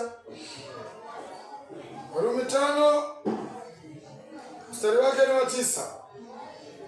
Basi zaidi sana, tukisha kuhesabiwa haki katika damu yake, tutaokolewa na ghadhabu kwa yeye. Rejelea tena. Warumi 5 mstari wake ni 9. Basi zaidi sana, tukisha kuhesabiwa haki katika damu yake, tukisha kuhesabiwa haki katika damu yake, tutaokolewa na ghadhabu kwa yeye. Tutaokolewa na ghadhabu kwa yeye. Tukishahesabiwa haki kwa damu yake. Damu ya Yesu inatuhesabia haki. Kwa kuamini damu yake ilimwagika, dhambi zako zikaondolewa, ukahesabiwa haki. Damu ya Yesu ikimwagika, unahesabiwa haki. Warumi 5 mstari wa 19. Warumi 5 mstari wake ni wa 19. 18. Samahani, anza 18. Warumi 5 mstari wake ni wa 18. Hapa kwa makini tafadhali. Basi tena Kama kwa kosa moja watu wote waliingizwa hukumuni. Watu wote walihukumiwa adhabu. Kadhalika kwa tendo moja la haki. Elewa, kwa tendo moja la haki. Kwa tendo moja la haki. Watu wote watahesabiwa haki yenye uzima. Watu wote watahesabiwa haki yenye uzima. Waelewa nini hapa? Acha nisome Biblia yangu. Inasema kwa hiyo kama vile kosa la mtu mmoja, kama vile kosa la Adamu wa kwanza, kama vile kosa la Adamu wa kwanza iliyoleta hukumu kwa watu wote. Mungu anasema huyu Adamu wa kwanza, kosa moja likaleta hukumu kwa watu wote. Kosa moja likaleta hukumu kwa watu wote. Vivyo hivyo, yani vile vile pia kwa tendo la mtu mmoja la haki. Kwa tendo la mtu mmoja, Yesu Adamu wa pili. Kwa tendo la Adamu wa pili, kwa tendo la Yesu, mtu mmoja Yesu, tendo moja Yesu la Yesu. Vivyo hivyo pia kwa tendo la mtu mmoja la haki huleta kuhesabiwa haki kule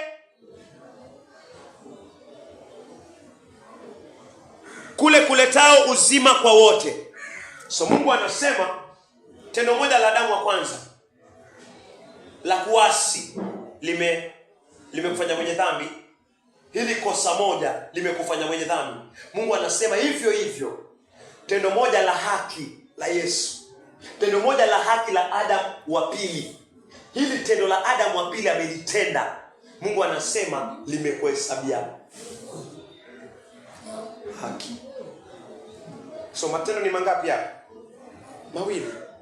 Tendo la Adamu wa kwanza likakufanya mwenye dhambi, na tendo la Adamu wa pili ya kuchukua hiyo dhambi, Mungu kuiadhibu msalabani, Yesu kumwaga damu, Adamu wa pili kumwaga damu na kuosha hiyo dhambi.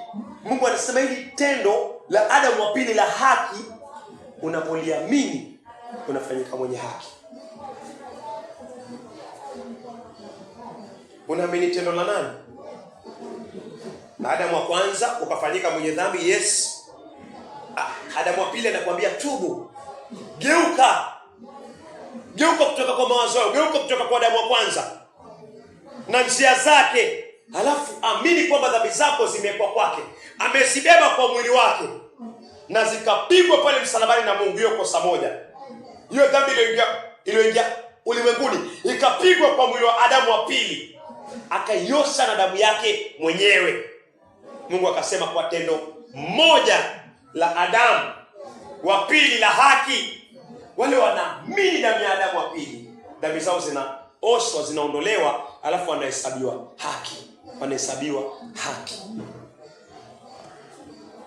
Hivyo ndio Mungu anasema.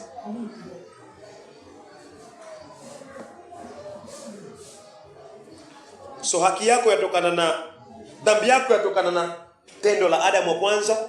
Haki yako na yangu inatokana kwa tendo la Adamu wa pili. Hawezi jibadilisha, hawezi kutenda, hawezi. Huyu alimuona Mungu Adamu wa kwanza na alianguka. Hao wengine wote ambao si kazi ya mikono ya Mungu, udongo wa kwanza, hawa wamefanya kuzaliwa. Adamu aliumbwa, hawawezi kabisa kujisaidia. Nategemea sasa tendo la Adamu wa pili 100%. Adamu wa pili nitendee, amechukua dhambi zako, ametenda, ameenda msalabani, ametenda. Mungu ameziadhibu kwa Adamu wa pili, amemwaga damu, ameziosha na amesema zimekwisha. Adamu wa pili amesema amini hilo tendo uhesabiwe haki. Amini hilo tendo uhesabiwe haki. Na ndio ulikuwa na ujasiri kwa kuokoka ndani ya tendo la pili la Adamu wa pili. Hiyo ndio wokovu mpendo. Hatujui wokovu mwingine isipokuwa kwa Adamu wa pili ambaye ni Yesu Kristo. Sijui njia gani nyingine ya wokovu. Kwa uwezo wa Roho Mtakatifu naweza kukuhubiria miaka 5 mengine isipokuwa hilo tu ya Adamu wa kwanza alifanya mwenye dhambi, Adamu wa pili akachukua hiyo dhambi, akaenda akatenda tendo la haki, tukaamini tendo la haki, tukahesabiwa haki. Hiyo ndio njia ya wokovu. Yesu atende, sisi tuhesabiwe. Adamu wa pili atende, uhesabiwe kwa kuamini, kwa kuipokea. Amemwaga damu, dhambi zangu ziondoke. Kwa damu yake dhambi zangu zimeondoka. Amenichukulia dhambi zangu. Adamu wa pili, sina dhambi kwa moyo. Adamu wa pili amenichukulia. Hiyo ndio wokovu David. Hiyo ndio wokovu wale ambao wanasikia. Huyu hapa ndio Mungu ameka wokovu wa wanadamu. Hapa kwa Adamu wa pili, hapo kuna wokovu. Adamu wa kwanza, hapa kuna maangamizi, hapa kuna hukumu, hapa kuna haki, hapa kuna utakatifu, hapa kuna neema, hapa kuna rehema.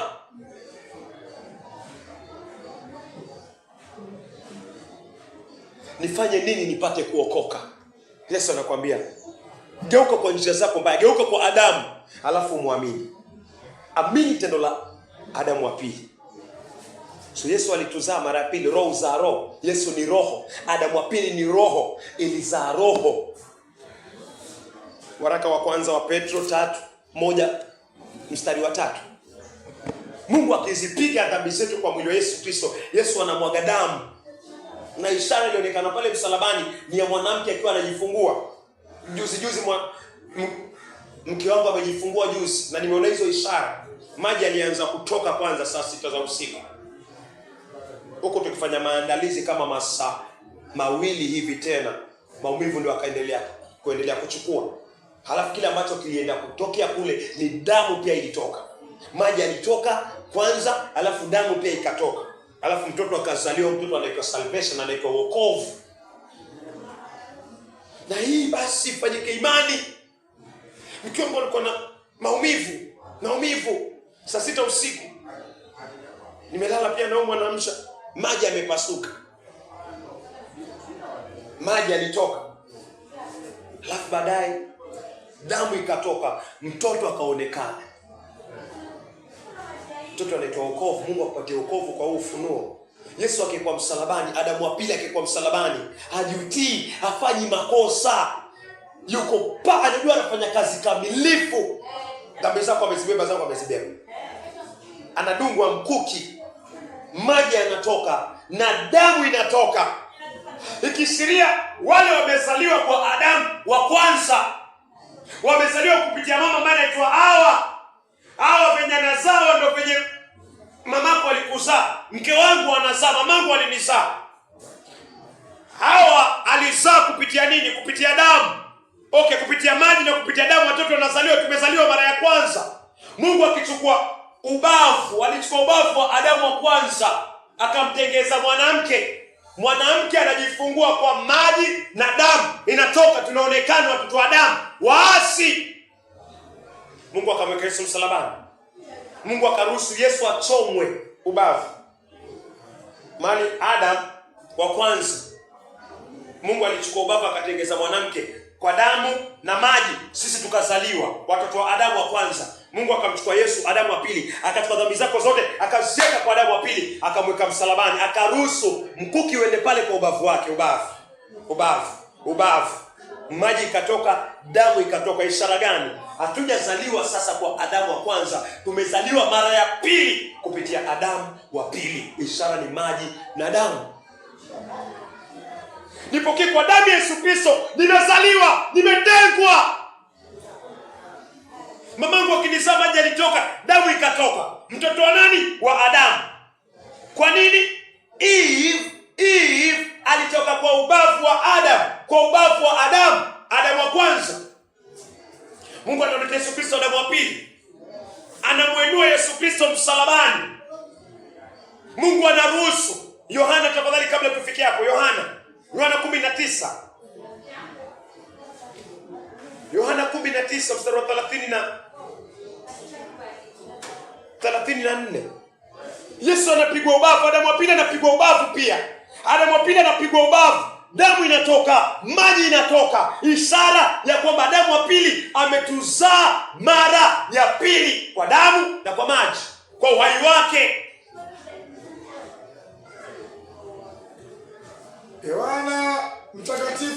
Yohana mtakatifu 19 mstari wake ni wa 34.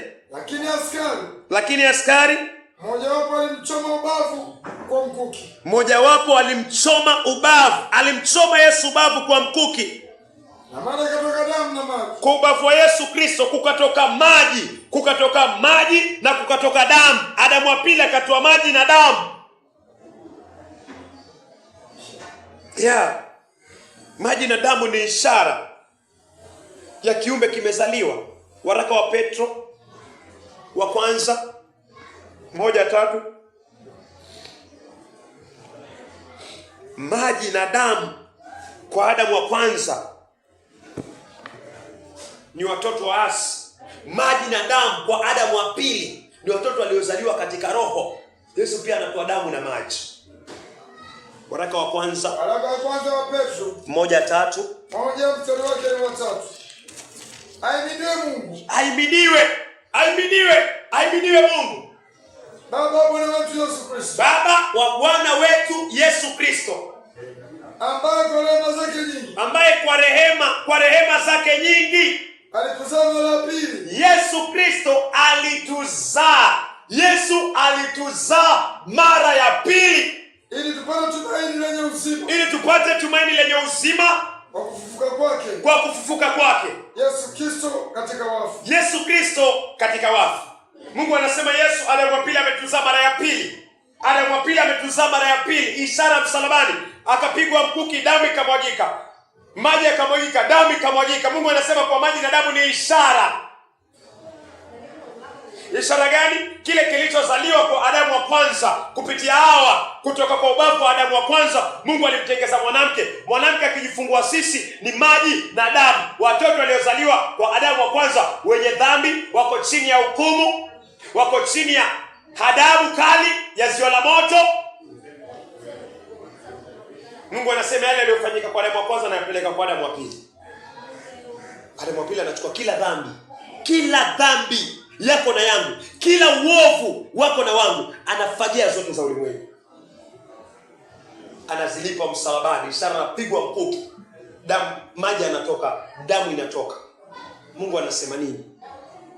Mungu anasema Adamu wa pili ametuzaa mara ya pili. Roho uzaa roho, kama vile alivyo yule wa ardhini ni Adamu alipotuzaa tukafanana vile. Mungu anasema vile vile Adamu wa pili akituzaa tutafanana kama watoto wa mbinguni. Wakorintho wa kwanza 15 mstari wa 47 na 48. Wakorintho wa kwanza 15 mstari wake ni 45, 45 ni sawa. 45. Endelea. Ndivyo ilivyoandikwa. Mtu wa kwanza Adamu akawa nafsi iliyo hai. Adamu akawa nafsi iliyo hai. Adamu wa mwisho ni roho yenye kuishi. Adamu wa mwisho ni roho yenye kupatia uhai. Adamu wa mwisho ni roho yenye kupatia uhai, Yesu. 46. Naam. Lakini hautangulii ule wa roho. Lakini hautangulii ule wa roho, bali ule wa asili. bali ule wa mwili wa asili. Baadaye uja ule wa roho. Baadaye uja wa roho. Mara kwanza tunazaliwa kwanza kama mwili, alafu tunazaliwa mara ya pili kupitia Yesu Kristo, tunakuwa roho. Endelea. 47. Korinto wa kwanza 15:47. Naam. Mtu wa kwanza atoka katika nchi. Mtu wa kwanza atoka katika nchi. Ni wa udongo. Tuko pamoja? Ni wa udongo. Mtu wa pili atoka mbinguni. Mtu wa pili atoka mbinguni ni Yesu Kristo. Endelea. 48. Naam. Kama alivyo yeye wa udongo. Kama alivyo yeye wa udongo, ndivyo walivyo walio wa udongo. Ndivyo walivyo wao wa udongo. Kama alivyo yeye wa mbinguni. Kama alivyo yeye wa mbinguni, ndivyo walio wa mbinguni. Ndivyo walivyo wale wa mbinguni. Inamaanisha nini hapo? Inamaanisha tukizaliwa na Adamu wa kwanza ni mwili, tunazaliwa kama mwili, tunatembea kama mwili, tunaishi kama mwili, vile huyu alivyo wa mwili. Wale ambao wametoka kwa Adamu wanakuwa wa mwili, venye ametengezwa kwa ardhi Adamu. Wale ambao watawazaa watakuwa vile vile kama ardhi, watakuwa na matendo ya ardhi. Alafu anatupeleka tena, anasema venye Yesu alivyo, venye asili ya Yesu Kristo alivyo, aliyetuzaa mara ya pili, ametoka mbinguni, tutafanana kama wale wa mbinguni. Tunafanana vipi? Yesu ni mtakatifu. Anapotuzaa mara ya pili kupitia kufa kwake, damu yake, kufa kwake, kufuka kwake, anapotuzaa mara ya pili twafanyika watakatifu kama venye Kristo alivyo mtakatifu David. Elewa. Maandiko anasema kama venye huyu ni wa udongo alivyo, wale watoto wake wote watakuwa hivyo. Adam ni mwenye dhambi, watoto wake wote ni wenye dhambi. Adamu wa pili anachukua dhambi zetu, yako na yangu, anaenda kuifia msalabani, anatuosha na damu yake. Dhambi zetu zinaondolewa katika uso wa Bwana na katika uwepo wa Bwana, zinaondolewa katika mioyo yetu, katika mili yetu, mpaka katika dhamira zetu zinaoshwa na damu ya Yesu Kristo, tunakuwa safi. Mungu anasema kama venye Yesu alivyo, sisi pia tutakuwa vile vile. Walivyochukua sura 49, walivyochukua sura ya Adamu wa kwanza wenye dhambi, hivyo hivyo tutachukua sura ya Adamu wa pili mtakatifu. Wakorintho wa kwanza 15 mstari wake ni 49. Wakorintho 15, Wakorintho wa kwanza 15 mstari wake ni 49. Asante. Na kama tulivyochukua sura yake, na kama tulivyochukua sura yake yule wa udongo, kadhalika tutachukua sura yake, tutachukua sura yake, yeye aliye wa mbinguni, yeye aliye wa mbinguni. Vile tulivyochukua sura kwa huyo udongo, Adam ni mwenye dhambi, sisi pia tukawa wenye dhambi. Maandiko yanasema pia tutachukua sura ya yule ambaye ni wa mbinguni. Yesu ni mtakatifu, sura yake ni takatifu. Mungu anasema vile tumechukua sura huko, tutachukua sura pia huko. So siwezi sema niko na sura ya Adamu wa pili, mimi ni wa Adamu wa pili lakini niko na sura ya Adamu wa kwanza. Mimi niko na matendo, mimi ni wa Adamu wa pili lakini matendo yangu ni ya Adamu wa kwanza. No, haiendi hivyo. Mungu anasema kama tulivyochukua sura ya Adamu wa kwanza mwenye dhambi, tukazaliwa wenye dhambi, tukawa tunakiri wenye dhambi, Yesu akija anakuja kuchukua hiyo dhambi ili tufanane na sura yake. Yeye ni mtakatifu. Maandiko yanasema tutaichukua pia sura yake. Yesu Kristo Adamu wa pili. Yaani Yesu akisimama kivuli chake, sisi tufanana na yeye. Tukichukua sura ya Adamu wa kwanza tulichukua. Mungu anasema pia baada ya kazi ya Adamu wa pili, hii sura ya Adamu ya kwanza inaondolewa, tunapewa sura ya Adamu wa pili ambaye ni Yesu Kristo. Sura yake ni takatifu, sura yake ni mwenye haki, sura yake ni mkamilifu. Hizo ndio sura Yesu anakuja kutupatia. Na kama una hizo sura, haujawahi kuokoka. Na kama utaokoka, utaamini hizo sura, utaziamini. Rejelea 49. Wakorintho wa kwanza 15:49. Na kama tulivyochukua sura yake, na kama vile tulivyochukua sura yake yule wa udongo, kadhalika tutachukua sura yake, tutachukua sura yake, yeye aliye wa mbinguni, Yesu. Wakolosai 1:22, Yesu anatupatia sura yake. Wakolosai 1:22, Yesu anatupatia sura yake. Yesu anakufa na mauti yake ni wewe na mimi tufanyike watakatifu. Yesu anatupatia sura yake. Wakolosai 1:22. Nafanya ipokea kwa imani.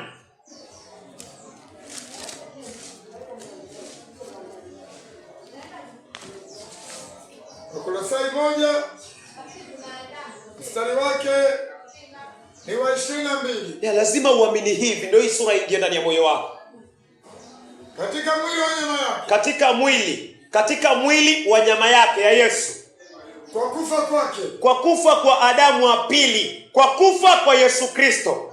Ili walete nyinyi mbele zake. Ili wewe na mimi tupelekwe mbele za Mungu. Tupelekwe mbele ya kiti cha hukumu cha Mungu. Tukiwa watakatifu. Wasio na mawaa. Wala lawama. Hii ndio sura ya Adamu wa pili. Na Yesu amekuja kutupatia sura yake, kuchukua dhambi, yeye kufa, sisi kufanyika watakatifu. Mimi ni mtakatifu, yes, kwa sababu Yesu Kristo amekufa. Si kwa sababu nimetenda. Wale wote wameokoka kweli kwa Biblia ni watakatifu. Yes, ni watakatifu. Kwa nini? Yesu Kristo amekufa wakafanyika watakatifu. Si kwa sababu ya matendo yao. Ni kifo cha Yesu kimetufanya watakatifu. Nitasoma Waebrania 10:10.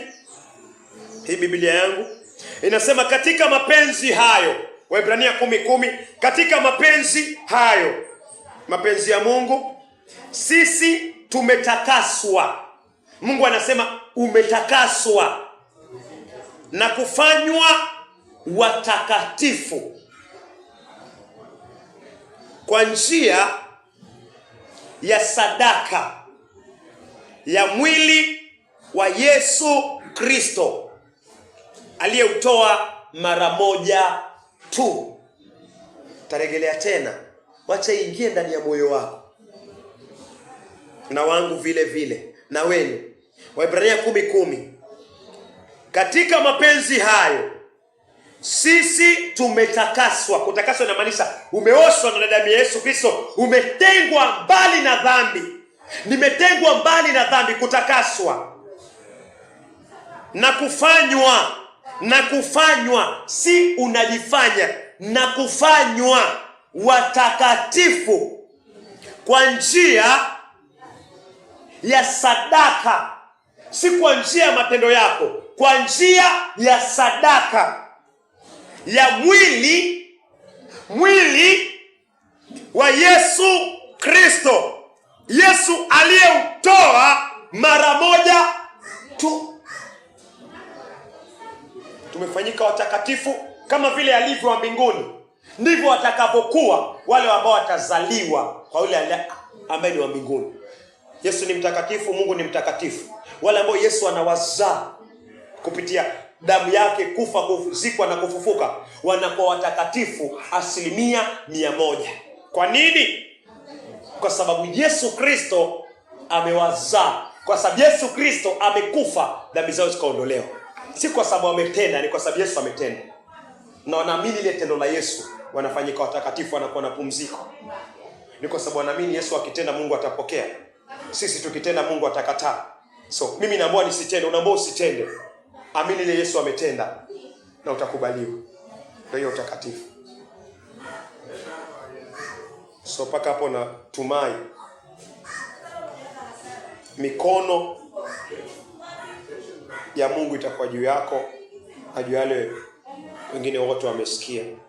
Itakuwa Mungu ameifanya kazi, amesoma maandiko na tazidi tu kusoma maandiko na uendelee kusikiza. Naamini mapenzi ya Mungu yatatimia. So mpaka hapo kwa ajili ya muda ni vyema tuamini, tuombe. Mungu wa Abrahamu, Mungu wa Isaka, Mungu wa Yakobo, asante kwa neno lako mtakatifu wa Israeli Bwana. Tazama wokovu ni kazi yako Bwana. Tuombe imani kwa kusikia. Tuonesha Adamu agano la kale na Adamu agano jipya Bwana mbele Yesu Kristo Bwana. Mungu leo umenena kupitia Roho wako aliye mtakatifu Bwana. Naomba Bwana tafadhali mtakatifu wa Israeli, wacha yakapate nafasi katika moyo wa David Bwana.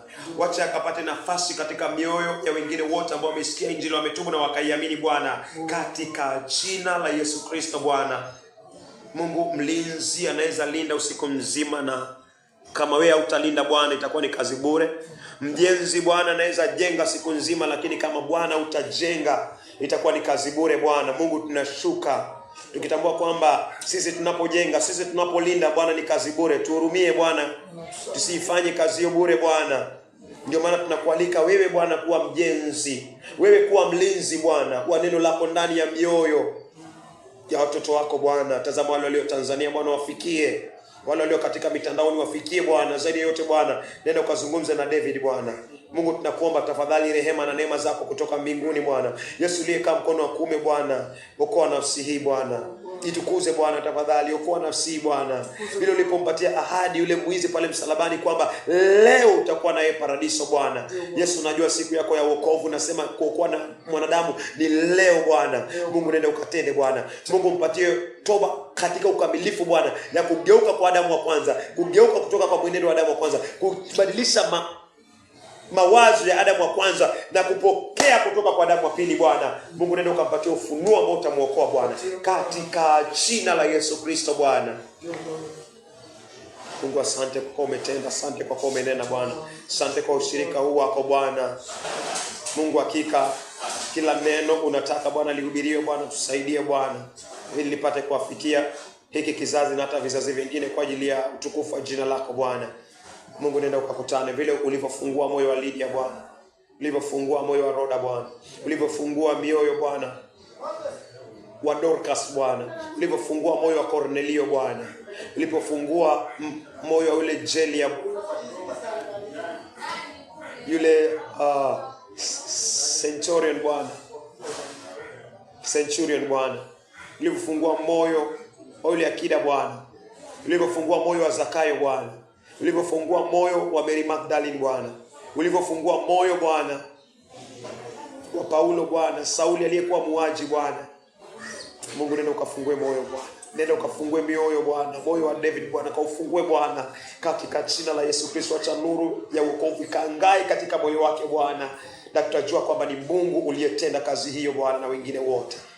Mungu, acha nuru iliyoingia katika moyo wa Sauli, nuru iliyombadilisha Sauli Bwana baada ya siku 3 Bwana, baada ya kukutana na wewe akapata kuokoka baada ya siku ya 3 Bwana. Na hiyo ndio siku Bwana ulimpatia Roho Mtakatifu na akabatizwa. Mungu, acha nuru hiyo kaonekane kwa David Bwana. Nenda ukamwamshe Bwana kutoka kwa usingizi Bwana na wengine wote katika jina la Yesu Kristo. Yala tujaomba Bwana, tunaomba Yesu Kristo uzidi kutuombea wale Bwana ambao wamepungukiwa katika njia ya wokovu, katika kumzima Roho Mtakatifu katika njia zozote Bwana, kumhuzunisha Roho Mtakatifu Bwana, walete katika toba Bwana, walete katika utakaso Bwana, walete katika huzuni ya kiungu Bwana, wabadilishe Bwana, wapate kutazama matendo ya Adamu wa kwanza, wametengwa nayo Bwana kupitia mauti ya Adamu wa pili, tukatengwa Bwana, hatuna ukoo tena na Adamu wa kwanza kwa sababu Yesu alikufa na sisi tukafa kwa Adamu wa kwanza Bwana. Yesu akazikwa na sisi tukazikwa kwa Adamu wa kwanza. Yesu akafufuka Bwana, tukafufuka Bwana kwa Adamu wa pili, tukiwa tumetengwa na kila kitu cha Adamu wa kwanza Bwana. Katika jina la Yesu Kristo tupatie nguvu na ufunuo Bwana kuendelea kuishi mbele na kusonga mbele na Adamu wa pili Bwana. Asante Bwana kwa sababu tulikufa kwa Adamu wa kwanza, tukafufuliwa kwa Adamu wa pili. Sasa Bwana tunaishi katika njia za Adamu wa pili Bwana. Umesema katika Wagalatia 2:20 kwa maana tumesulubiwa na Kristo Tumesulubiwa na Adamu wa pili Bwana. Maisha ya Adamu wa kwanza akauawa, Adamu wa pili Bwana akawa anaishi ndani yetu. Mungu, katika jina la Yesu Kristo tunyenyekeze. Mungu, safisha ushirika wako Bwana. Mungu, tulete katika ushirika wa kibibilia Bwana. Tuna mapungufu, tumepungukiwa Bwana. Hatujafikia Bwana wazazi wetu ambao uliwatumia Bwana mitume. Hatujafikia venye Yesu alituambia kwamba tutafanya zile kazi hata zaidi alizozifanya. Tuhurumie Mtakatifu wa Israeli. Tuhurumie Bwana. Tufikishe mahali hapo Bwana. Tusamee katika dhambi ya kutokuamini. Tusamee katika ulegevu. Tusamee Bwana, umetuitia makuu lakini Bwana tumesettle kwa yale madogo. Tuhurumie Bwana kwa sababu ya upungufu wa imani yetu Bwana. Tusaidie Bwana. Mungu, Petro alishiriki kupitia Roho Mtakatifu na 3,000 waliokoka Bwana. Mungu tusaidie Bwana. Mungu tusaidie Bwana. Katika sermon hizi Bwana kweli unaongea lakini Bwana hatuoni zile kazi za mitume. Si kwa sababu Bwana uko na shida, si kwa sababu Biblia iko na shida, ni kwa sababu sisi katika kizazi chetu na hata sisi tunayehudumu Bwana tuko na shida Bwana. Mungu tuoshe, tusafishe, tutakase Bwana. Tufundishe yale uliwafundisha mitume Bwana. Tusaidie Mtakatifu wa Israeli Bwana. Unajua kwamba hatujiweki katika dhambi za maksudi Bwana, na hatuna ukoo Bwana. Hatuna mawazo Bwana ya kuenenda katika dhambi ya maksudi Bwana. Ila Mungu hatujafikia katika imani Bwana. Tusaidie Bwana tufikie imani hiyo Bwana.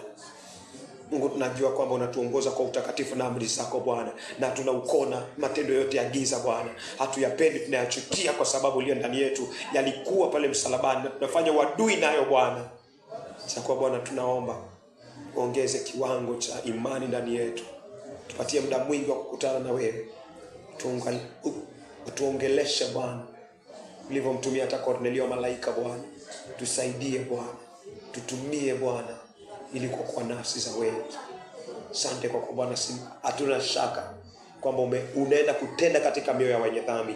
Unaenda kutenda katika moyo wa David kwa ajili ya utukufu wako Bwana. Na kwa wengine wote tumeomba hata tukisadiki ni kwa jina safi la Yesu Kristo aliye Bwana na mkombozi wetu. Kila mmoja aseme amen. Amen. Sema neno. And the grace of our Lord Jesus Christ, the love of God, and the fellowship of the Holy Spirit be with us now forevermore. Amen. Baba yetu, Father what in heaven, hallowed be thy name. Thy kingdom come. Thy will be done on earth as it is in heaven. Give us this day our daily bread. Forgive us our sins as we forgive those who sin against us.